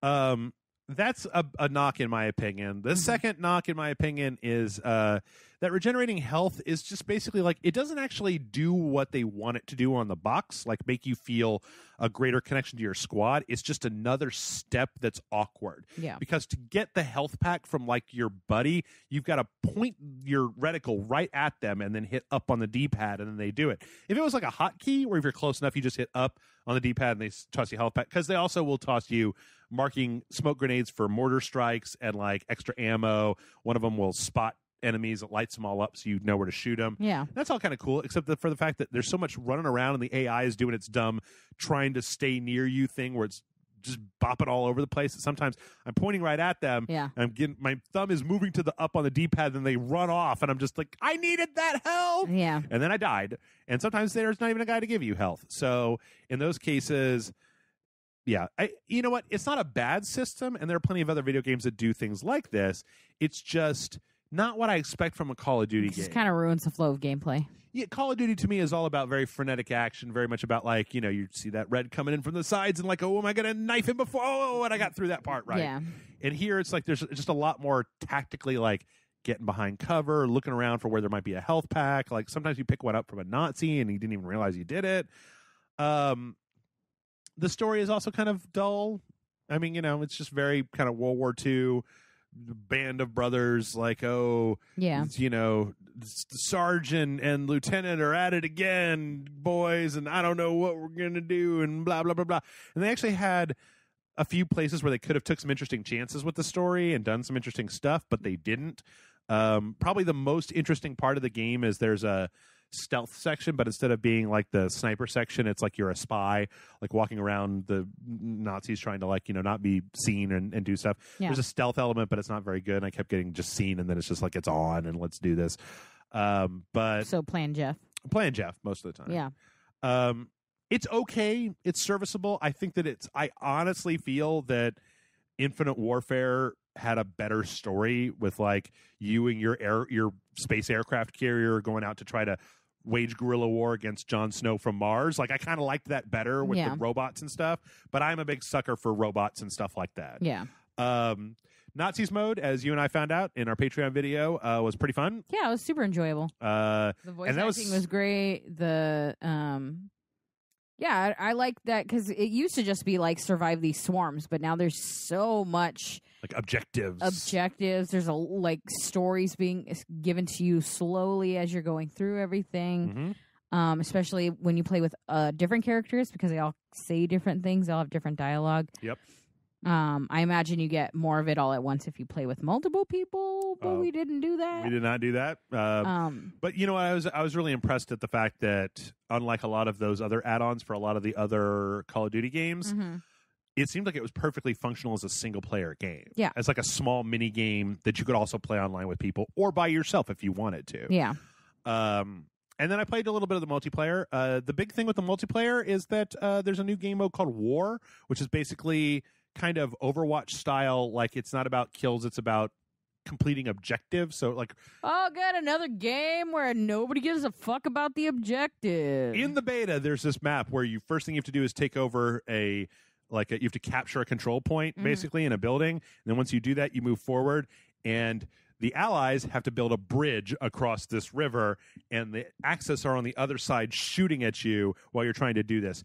And I swear to God, I was having a fucking Overwatch flashbacks because nobody would build the bridge. Yeah. And it's like, we have 90 seconds and then we lose. And you're standing back here just like, plink, plink, sniper, sniper, sniper. There's a video of you and I playing one of these zombie games, one of the Call of Duty zombie games. Yes. Where I'm playing with online people, and I'm literally just shouting, like, just fucking board up the goddamn windows, you sons of bitches, because they're just letting the zombies come in because they want to shoot the fucking zombies instead of doing their goddamn jobs and just boarding everything up. Why would you not board it up? You want to turn into a Zambalam because that's how you get turned into a Zambalambi. But see, the thing that I think is interesting is that in that war mode, it's like, this isn't just like there are consequences if you don't board that up. We're going to have more zombies to deal with. It's like, we're lose. Yeah. Then it's over. You lose, sucker. Like, that's like, it. What's the point? There's already a version of this game that you play. You know what I mean? Like, you just change modes. Why are you on this mode? Go to Team Deathmatch. Go to Team Deathmatch. Yes. But you know what? Just like when I played the multiplayer beta with it was Chris Cox. I played it with. It's very similar to that. It is Call of Duty. I actually think it's all right. I mean, like, it's Call of Duty, right? Like, if you're into Call of Duty, nothing new, but it's there. It is what it is. They've got they do have, like, weird loot boxes, but they give you, like, there's cosmetic stuff that you get out of them. There's XP bonuses that go on for, like, you'll get like a 20-minute XP bonus thing. Weapon skins. Nothing I've seen. No, like, scopes on your gun or anything like that? Well, here's the thing is that you unlock, like, guns and perks and grenades by spending command points that you get when you rank up. So when you rank up, you get a command point, and then, like, this gun will cost 3 command points. But the thing is that this is really interesting because this is actually a way that you can say that Call of Duty is apparently doing it correctly when Battlefront is not. Is that, like, okay, so I was playing there's 4 different classes that each have kind of different powers, right? They're not ridiculous. You can put the thing on anybody, but right. So I like to play Airborne because they have the silencer that keeps being seen on the map. for me who's bad at the game. It gives me a little bit more survivability. So you get these command points, and then like you can unlock guns or whatever with the command points. Also, though, you have to be a certain overall level to unlock a gun. Right. So you can't unlock this gun until you're level 5. So it doesn't matter how many loot boxes you buy. It doesn't matter how many command points you have. Once you hit level 5, yes, you can unlock that, but you can't unlock it before you're level 5. Also, then attachments for the guns are all based on how much you use that gun, and then the gun skill levels up. That is what I loved about Call of Duty and playing the multiplayer, is that like if you want to have a better version of the gun you're using, you just keep using the gun. Yeah. Mm-hmm. I love that. Because then you get really proficient in that specific gun. Well, and then let's be real clear here that in Star Wars Battlefront, they have attachments that you can put on your gun. Mm-hmm. But like I played, it is a double XP weekend right now, and I just fired it up like for the first time with the full game today. Mm-hmm. But I played 2 matches like with one gun and got it up to level 3. Got a scope and fast grip for like going to iron sights faster. Yeah. Within like 15 minutes. Like I think that Call of Duty knows how to do this shit better, and that they're not insulting your intelligence by doing it. Now there is a whole you open your loot box in this multiplayer lobby where other people can see you open up your box, but well, never open your box in public. Don't ever open your box. But in all honesty, though, I mean, like if you're into World War II, if you're into Call of Duty, if you're into either one of those, you probably already own this game. Probably already own this game. If you don't like Call of Duty, this isn't going to do anything to change your mind. It's not less Call of Duty. Yeah, but it is. People were tired of the future. I kind of liked the future. I mean, even though it's weird now with Kevin Spacey, I liked Advanced Warfare. I liked Infinite Warfare. I liked Black Ops 2. I kind of wish they would do more like that. Black Ops 3 kind of sucked, but Ghost. Ugh, blech. Anyway, so Call of Duty World War II and Super Mario Odyssey. Big thumbs up on Super Mario Odyssey. I'd say like regular to slightly less than regular thumbs up on Call of Duty. It's just fucking Call of Duty. The story reminded me though that I'm kind of donezo with World War II stories. Like I've never actually watched Band of Brothers, but at this point I've seen so many goddamn World War II games, movies, things that like you I'm just have. like, You could just recite the movie line for line. Not interested. No, thank you. All right, let's get on to some questions. Let's do it. Our first question, mail at rageselect.com is the email address, by the way, and we're very low on questions this week, so if you have a question, send it in. Our first one comes from Tom. I'm assuming that's Facebook Tom, or MySpace Tom? Oh, yeah. Everyone's first friend, Tom? Yeah. Or not. Probably not. Sorry, Tom. I was just making a joke. He's like, I get that every time. And he says, greetings, y'all of the rage verity, maybe variety. My question is thus. Death Stranding. Imagine if you were Hideo himself and you had gone completely off the rails when it came to the design of the gameplay loop in this new game. What would it be in this hypothetical? Be as wacky and avant-garde as possible. Your friend from across the pond, Tom. Huh? So you get to make Death Stranding. Uh-huh. You've seen the trailers for Death Stranding. Yeah. Okay. Del Toro, baby. Yep. Del Norman Toro, Reedus, baby. naked. You are now Hideo Kojima. Uh-huh. You're in charge. What's your crazy idea that you want to put into Death Stranding? Jesus. Fucking, I don't know. How do I know it's not even in there already? You don't. You could be predicting the future. Oh, man. You could be an oracle. I don't know. You get high on those cave farts. I'm trying to... Jesus. I don't know. That's a super odd question. It's a very strange question. Yeah. Well, do you have any idea? Maybe you would get me in the right direction of where I need to be going with my... I have a couple of wackadoo ideas. Yeah? For years, I have had an idea. You're going to give this idea away? And no, this isn't one of those ideas. It's something I talk about all the fucking time. Oh, okay. And I think it's something that Hideo Kojima, of all people, could do. Now, it wouldn't last more than 1 hour after this game was released. But I've always wanted to see a game where you start playing that game and then 4 hours into that game, surprise, it's it's Silent Hill. Yeah. That Death Stranding is actually Silent Hill. Yeah, I get you. The whole feud with Konami was like a smoke screen, and that Norman Reedus at one point just walks through this weird portal that what's his face, the Bond guy, he was in the guy, he's got a real God damn it! Fuck. What is his name? He was the bad guy in Casino Royale. Oh fuck! I don't remember that guy's name. Fuck. He's in there because he's in there. Hannibal. What's his name? And suddenly, like, he opens up a portal, or like you're in this weird future and you're doing all this sci-fi bullshit. And Mads Mikkelsen, he was in Doctor Strange, Guillermo del Toro's running around with a baby, and there's all these skeleton troopers, and you're like, what? And you're fighting, and you're doing your thing, and then like 4 hours into the game, you just hear like, brrrr, and like the world starts crumbling, and it was like, what? This is actually that Silent Hills game that like it was just a big smoke screen, and like it was this the whole time, and what the fuck? Like, I've wanted to have a war game that turned into a Resident Evil game, or like, that'd be great. Something that, or that it changed genres. Like suddenly, like a hard shift. Like what if you were playing Death Stranding and like it's a third person action game, and then you walked up to a door, and as you opened the door, the camera zoomed into first person, and when you went through that door, you were standing in the hallway from PT. Except that when you open the front door, then you're like into the actual game or something like that. Like. It's almost like a little Wizard of Ozzy, where you're like in black and white. You don't realize you're in black and white until you see how fucking colorful everything is. Mm-hmm. Yeah, I have no fucking. I'd have to sit there and think for a minute. I'm gonna throw it like, oh, of course. Here's what I'm gonna do. There's also another game called Omicron, the Nomad Soul, that I've actually been really interested. That did a really interesting concept where. That was the game that Quantic Dream. Somebody, I forget who made it back in the old days.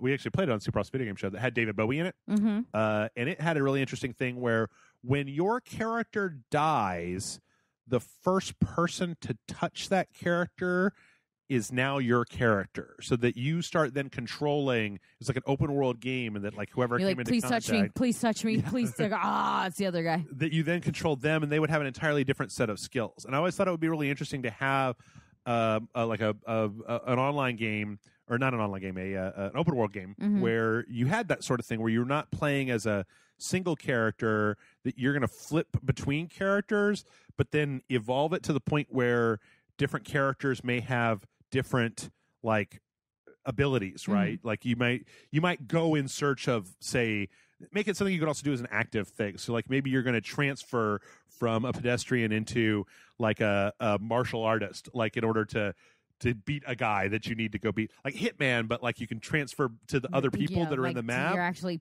turning into a different character. Or like, let's say that you want to get into a facility that nobody can get into. You just walk in and then just like shoot yourself in the head, and the guards come out and they pick up your body, and now you're one of the guards, and you can move forward from there. That sounds amazing, actually. I got ideas. Yeah, I think about stuff. I'm not just a Taco Bell eating machine. I mean, kind of. Not just a Taco Bell eating machine. Your resume specifically states. Look, employers want to know how many quesalupas you could eat. All right, that's all I'm going to say. But I always like that as an idea as well. There's some other stuff. There's some other stuff out there. Because I don't know if you remember this, but Metal Gear Solid 5 was originally shown as a game called The Phantom Pain. Yes. And nobody knew what the fuck it was until they saw like a little hinty hint in it. Yeah, it had the cuts in it. But I'm waiting for this motherfucker. If anybody could do it, it would be him. Where Psych, it's a new Psychonauts game, or not Psychonauts, Police Knots or Snatcher. I mean, I kind of like the idea that it'd be Psychonauts and it's in somebody's weird fucked up head dream the entire time. Yep. Or but I wanted to Although it would be kind of weird that you come out and it's adorable Double Fine art and you're like, I was expecting Death Stranding. I bought something completely different. It'd almost be like if you switched out the main protagonist for some kind of fucking 18-year-old garbage kid. Kojima. I mean, are you okay? Woof. Do you need a minute? Fuck Raiden. I hate that guy. Yeah, man. I'm with you. Fucking sure. All right. Anything? No. Okay. That's too. I'm not too granular. Yeah, I can't jump in on that. Okay. Oh, I know what you've been watching on YouTube. All right. This next one comes in from JD, and JD says, "Hey, Fantabulous Jeff and Radical Amanda. I know it's been going on for years, but we've gotten some pretty off-the-wall guest characters and fighting games revealed recently. Hellboy and the Ninja Turtles in Injustice, and now Noctis from Final Fantasy 15 and Tekken? Crazy stuff.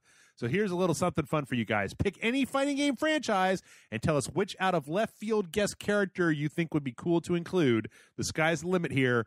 Go nuts. Thanks for answering my question, and hope you all have a great rest of your week. JD. I used to really want to do this tattoo, and so therefore I'm doing it, and I'm going to pick a random fucking fighting game. So let's say Mortal Kombat, because I really like Mortal Kombat.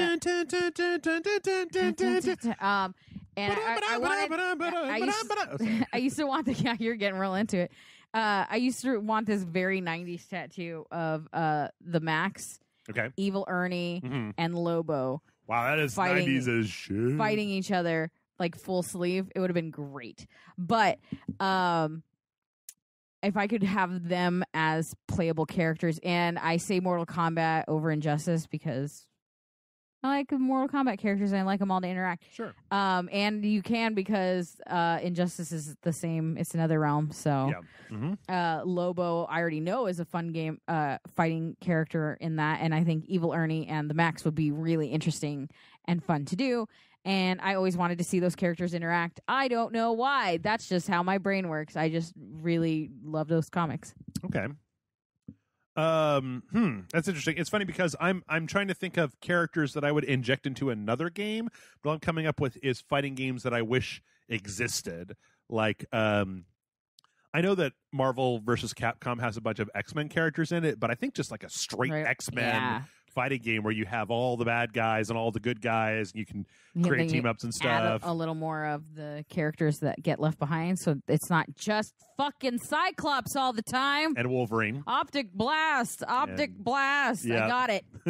Cyclops. The other one that I was thinking about was, I know that Masters of Terrascussi is a bad game, but I still think that a Star Wars fighting game could be interesting, especially now.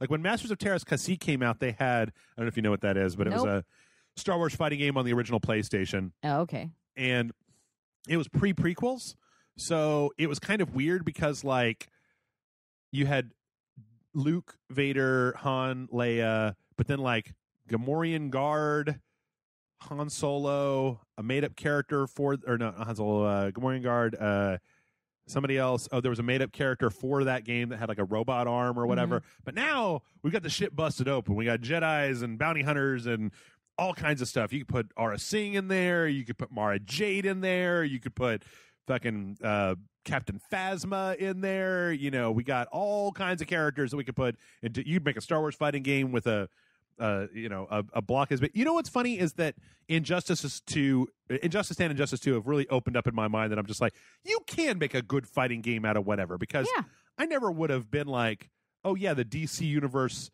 like Harley Quinn fights Superman. Oh yeah, right. Like that's ever going to happen. Yeah. But not only did they make a good fighting game, it turned into an excellent comic series. Yeah. That's crazy to me. I'm trying to think of characters from other comics that I would like to put into. Squirrel Girl should be in a fighting game. Is she in one yet? I thought she was in. Is she Marvel and Capcom? I think she was in 3. I think she was in the last one. As I meant to actually point it out when we talked about that trailer, but somebody once said to me that it looks like that Marvel is not putting characters into that game unless they're part of the MCU, and that makes a certain amount of sense because it's like, well, they seem to only want to do anything with the characters that are in the MCU. Yeah, because you don't have a Wolverine, or wait, I don't know if Wolverine is in there. I don't think he's in there. I think it's like Captain America, and then you've got, like Captain Marvel and stuff. Wolverine's been dead for like 5 years. Oh, okay. Has he in the comics? Yeah. I don't know. He got trapped in it, or he lost his healing ability, and then he got adamantium melted and shit. Okay. He got fucking wrecked. Okay. Okay. A lady took his place. This was when Marvel was doing the diversity thing, and they really wanted a bunch of diverse characters. So the X-22 or whatever? X-23. 23. Yeah. I'm trying to think of some off-the-wall comic book characters. The Flaming Carrot. That would be a good character. Some like Earthworm Jim fighting game with all those kind of characters that everybody loved back in the day. No, I want the Flaming Carrot in Blaze Blue because that's a franchise that would be wacky enough for the Flaming Carrot, or Madman, the Mike Aldred's Madman, who's essentially just Freakazoid. But actually, now my God, can we do a Steven Spielberg cartoon? Fighting game where like Pinky and the Brain run like mechs where they fight, because remember they had the like Pinky and the Brain had that man suit where it was this tiny brain's I always head. pick Chicken Boo. That's he wears a disguise to look like human guys. Sure, yeah. I'd pick Kitty Kaboom because she explodes. Or Minerva Minx, the most the most inappropriate for children character. Yeah, probably. She was outside very of Hello crazy. Nurse. Oh, those two hippos. Oh yeah.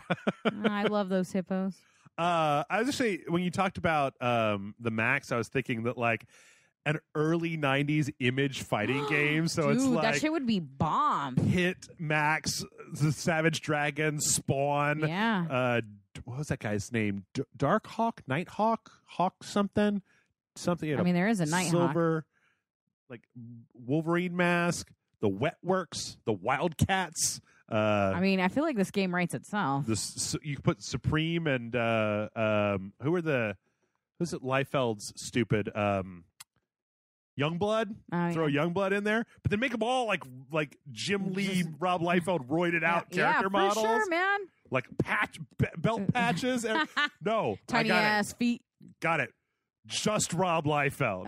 So it's like Troll, Prophet, Cable. I'm not into this at Supreme, the original I'm backing Supreme. away.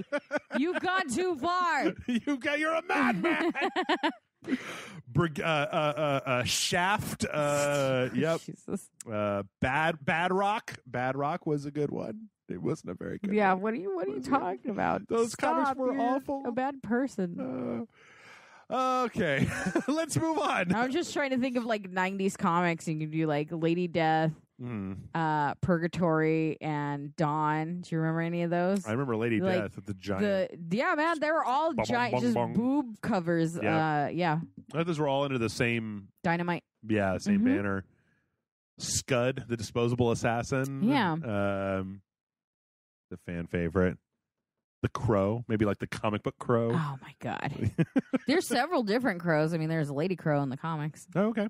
Depending on which comics. Michael Knight writes in and says, "Hello, people of Rage Select. Long-time listener, first-time inquirer, been a fan for so long, I once tried to write a loading bar comic strip." I remember that.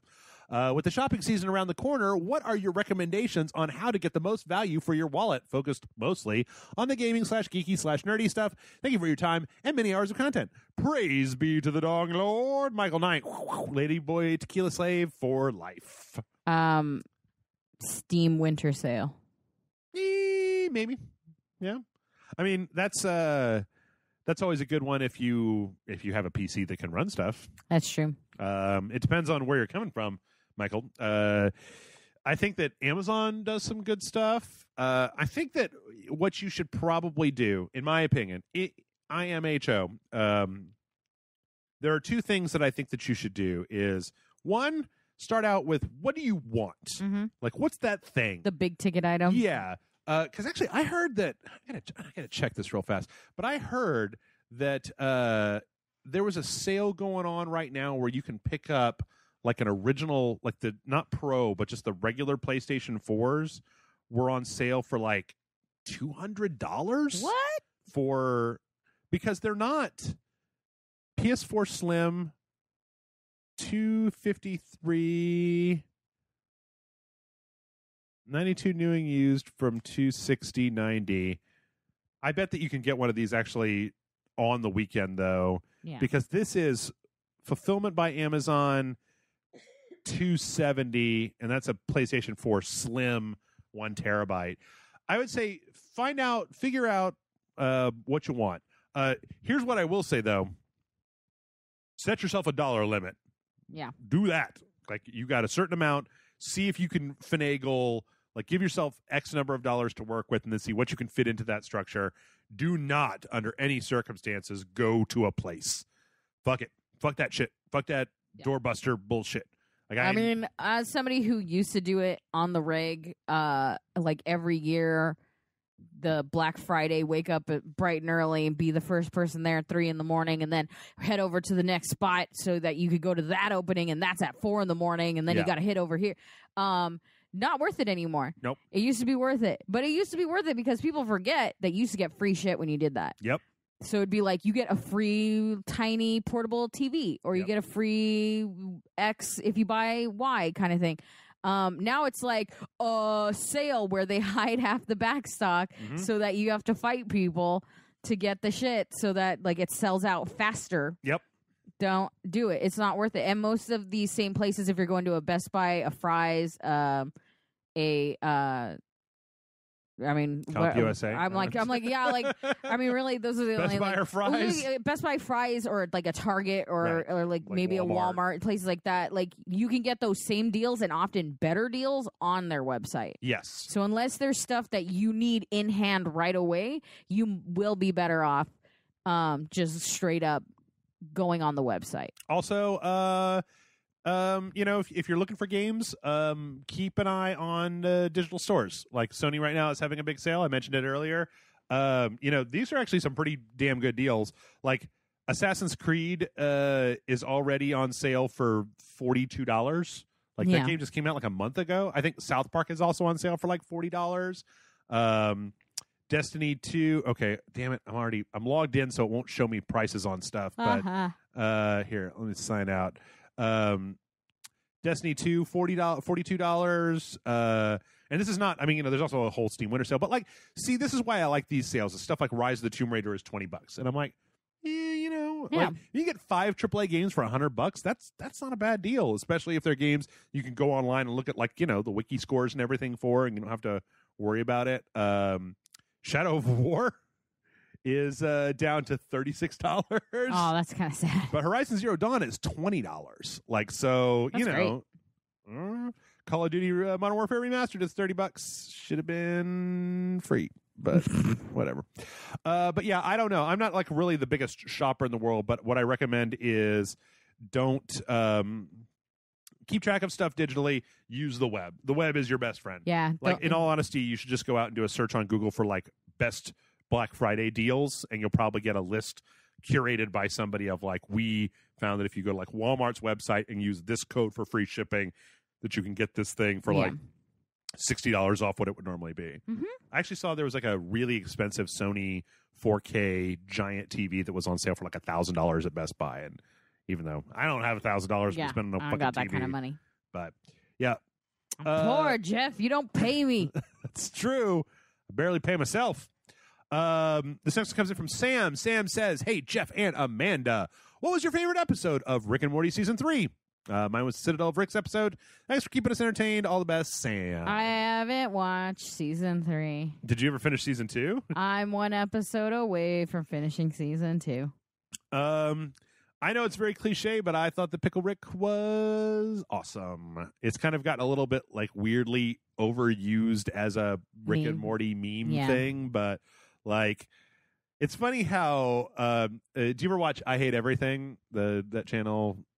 It's just a guy who does kind of he just does reviews of stuff and talks about it. I don't think I've seen it. He's got a real angry face as his avatar. Yeah. I like his stuff, but he actually had a video that was I hate Rick and Morty fans, and I also hate the people who hate Rick and Morty fans, because the whole thing is after the videos of the fans at the McDonald's is acting like jerk-offs, and people are it's stupid Rick and Morty fans, and it was just dude, shut up. These are just stupid people doing a thing because they love it. And yeah, they're being dumb, but now you're being dumb too. None of this has affected the show. The show's still good. Watch the show.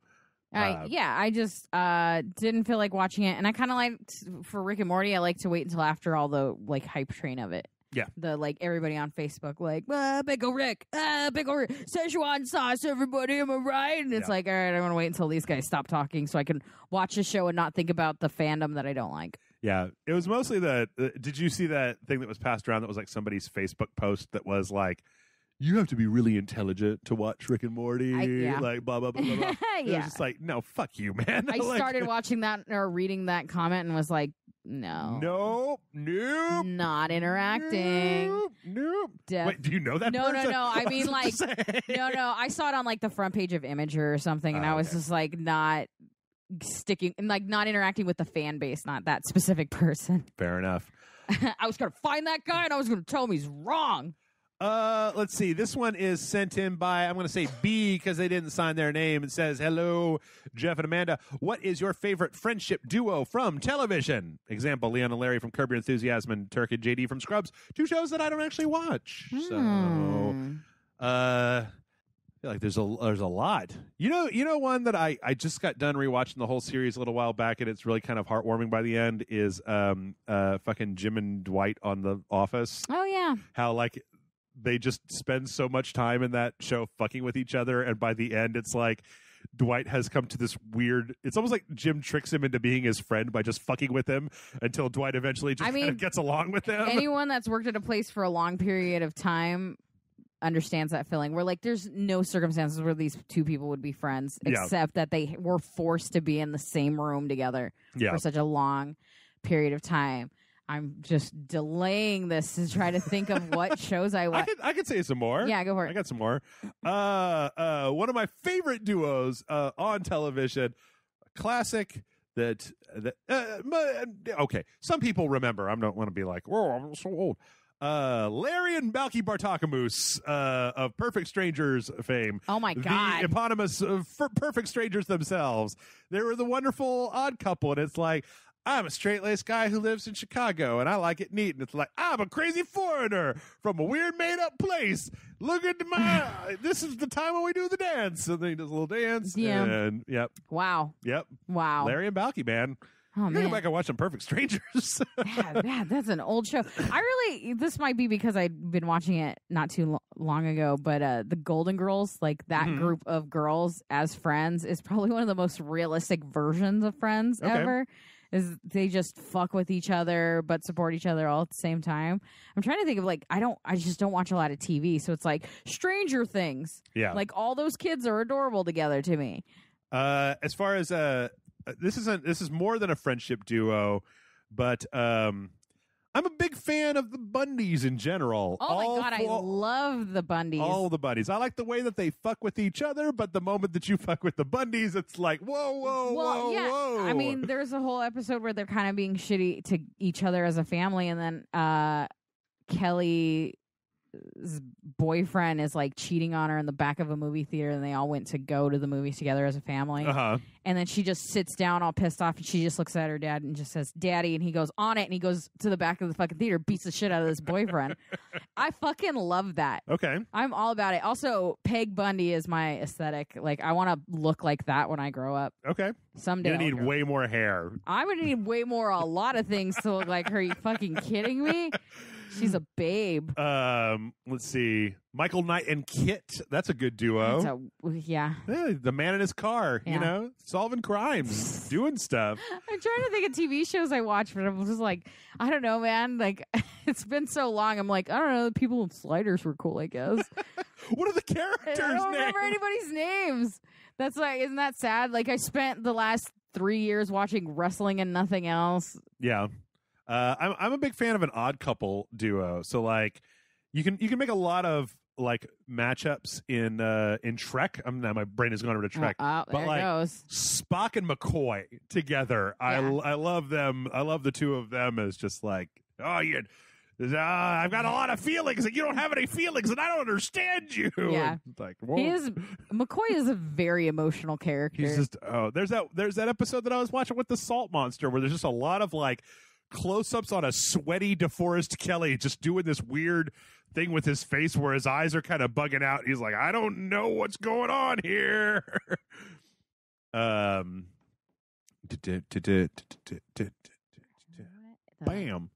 Shows. I was trying to think of I got another one. It's Star Trek, Deep Space Nine. Odo and Quark. That's a great, like, you never watched Star Trek Deep Space Nine, but, like, Quark is a Ferengi who runs the bar on Deep Space Nine, and he's, like, into all this shady shit. And Odo is basically, like, he's not Starfleet. He just runs the cops on the space station, and so they have a very kind of, like Rick from Casablanca and the inspector kind of relationship of like, I'm gonna get you, because Odo, he's I'm Odo, I'm real angry all the time. He's an alien. He's like, Quark, I'm gonna get you, Quark. And Quark's like, you don't have any evidence, Odo. Come back when you got some evidence. And there's one episode where the two of them crash land on a a planet and they have to like climb a mountain together and they're both like injured and it's like, yay, I like that one. I just like the friendship between, this is stupid, the Will Smith and Carlton in The Fresh Prince. Okay. Because he was because they're so opposite. Yeah. And I loved it. Yep. And the dancing was great. Just going I feel like I stopped watching TV shows in the 90s.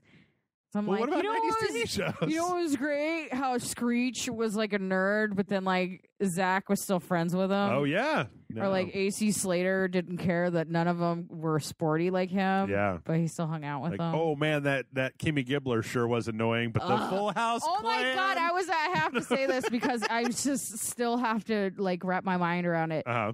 Like one of my coworkers was talking about girls he had crushes on when he was a kid, and he's like, Clarissa explains it all. I totally had a crush on her. And then we were talking about something else, and he goes, Kimmy Gibbler, I had a crush on her too. And I'm like, they dress the same. You like weird, freaky-ass girls that don't know how to match patterns. Yep. Yeah. Yep. And he's like, yeah, I really do. It's very strange watching Fuller House and seeing like Kimmy Gibbler's husband is this kind of like kind of brain dead Latino dude, and they just like have a lot of like making weird like we're gonna fuck eyes at each other. It's just like, damn. I mean, like I know she's like a 37-year-old lady now or whatever, however old she is, right? She's like a 40. She's a child in the show, and like she's a grown up, but it's still just kind of like God.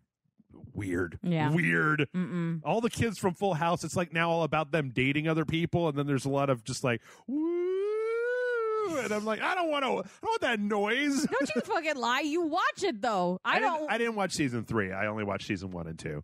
I just haven't. I don't feel like that's a good defense. No. No. No. Not really. No, I didn't watch season 3. I'm not like hardcore or watch anything. it. I don't give a fuck. You put it on the background, play some Call of Duty, whatever. Yeah. Light. I watched the Great British Baking Show this weekend. Great British Baking Show is awesome. That's a skill-based show. It's fine. Sort of. I mean, I don't know. They have to do some fucking weird shit. Oh. Ooh, go back to the question. On the Great British Baking Show, do you watch the Great British Baking Show? Nope. Okay, so the Great British Baking Show, they have like the judges. That's like Mary Berry, I believe her name is, and Paul Hollywood. They got stupid names. British people, whatever. They're the Whoa, sorry. We here at Rage Select would like to apologize to all British people. So they're the judges, right? But then they have these two lady comedians from Britain who are like the hosts, and they're great. I forget their names, but apparently I like looked them up because I was like, "What's going on with like? Are they a couple? Are they like a famous British like lesbian couple or something?" And nope, they're just a pair of like they're like Dawn French and Jennifer Saunders from Absolutely Fabulous. Like they did sketch comedy. Oh yeah, okay, together. So, but yeah, I'm gonna look them up so that I can say their name. Great British Baking Show. So Mel and Sue. Yeah. Yep. And they're I read like a little factoid about the Great British Bake Off that when like contestants get over emotional that they stand near those contestants and cuss so that they can't use the footage of them like being too emotional so that like they prevent like any super embarrassing scenes from being filmed. That would make a certain amount of sense. It's a pretty good show. My girlfriend really likes it, and I like a cooking show, right? I mean, like watching people make crazy. I'm not much of a bread guy, but like watching people make these crazy things is kind of cool. Personally, I'm more of a Hell's Kitchen guy where like Gordon Ramsay calls you a piece of shit, tells you get the fuck out. And when they put your jacket on the hook when you're eliminated, it burns your portrait out from the show. Whereas on this one, at the end of every episode, when they tell the person they have to go, they're like, and Sue, I'm afraid that you're the one who's going to be leaving. And everybody's like, oh. And then they all come in and hug Sue. And they're just like hanging out. And Sue's just like, I just thought it was really fun to come down here. And I'm glad I even got this far. That sounds too wholesome for me. I got to watch the ones where they fucking screw people over and like, fuck you, Sue. What are you doing? Oh, man. I miss Hell's Kitchen. It's not on Hulu anymore. It used to be on Hulu and I could watch like all 45 seasons of it. I love watching Gordon Ramsay. They had a show that was not Hell's Kitchen that was called Hotel Hell, where Gordon Ramsay just went to hotels and told them that their hotels were garbage and then refurbed their hotels for them. I'll watch Gordon Ramsay yell at anybody. You just have a show called Gordon Ramsay Yells at Everybody. I mean, they probably do. That's where we're going to. It's his Twitter. This is his Twitter. Have you ever looked at Gordon Ramsay's Twitter before? Yeah, because he judges people's food, and They ask him to. Yeah. Yeah, and he's. Have you ever asked Gordon Ramsay to judge your food? Yeah, I never made anything that garbage. Dude, I mean, it doesn't have to be garbage. Maybe it's beautiful. I don't want him judging my food. I'm You're like, solid this is mediocre. my favorite meal that I make. Gordon, what do you think? And he's like, it's garbage. And you're like, I'm never going to make it again. I don't care about that. It's my taste buds. Gordon Ramsay can fucking go to hell. All right, one more question, then we're getting done. Slightly shorter than usual podcast today, but that's all right. It's Thanksgiving. It's Thanksgiving. It's Sunday. You got an oversized Red Dead to watch. Kick-ass Chris writes in and says, hey, Jeff and Amanda, would you rather be fluent in every language or be the best in any athletic endeavor? Fluent in any language. Fluent in any language. I'm a communicator. I need to be able to talk to people, so I would rather be able to communicate with people, especially in their own personal language. As somebody who is actually Hispanic and cannot speak Spanish, I can tell you that language is one of the most important things to me that I try to pursue every once in a while and always fail to. I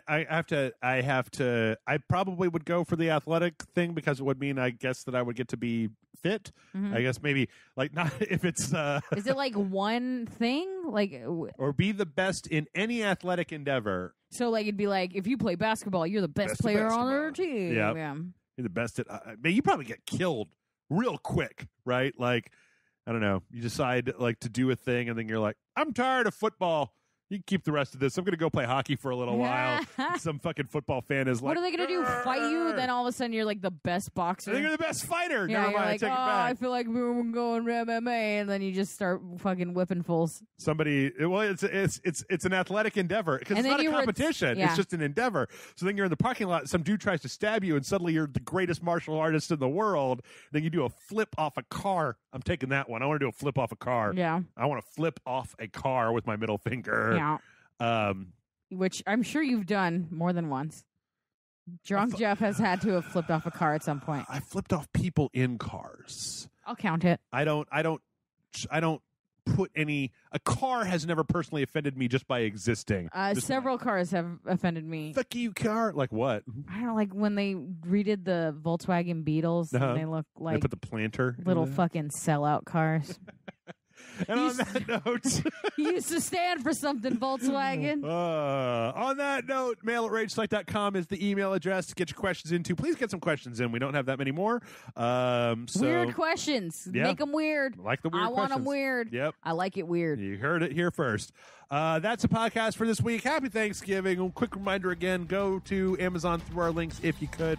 I would appreciate it. I can't speak for Amanda, but I would think I too would appreciate it. There you go. Everybody's appreciating. I'll see you next week.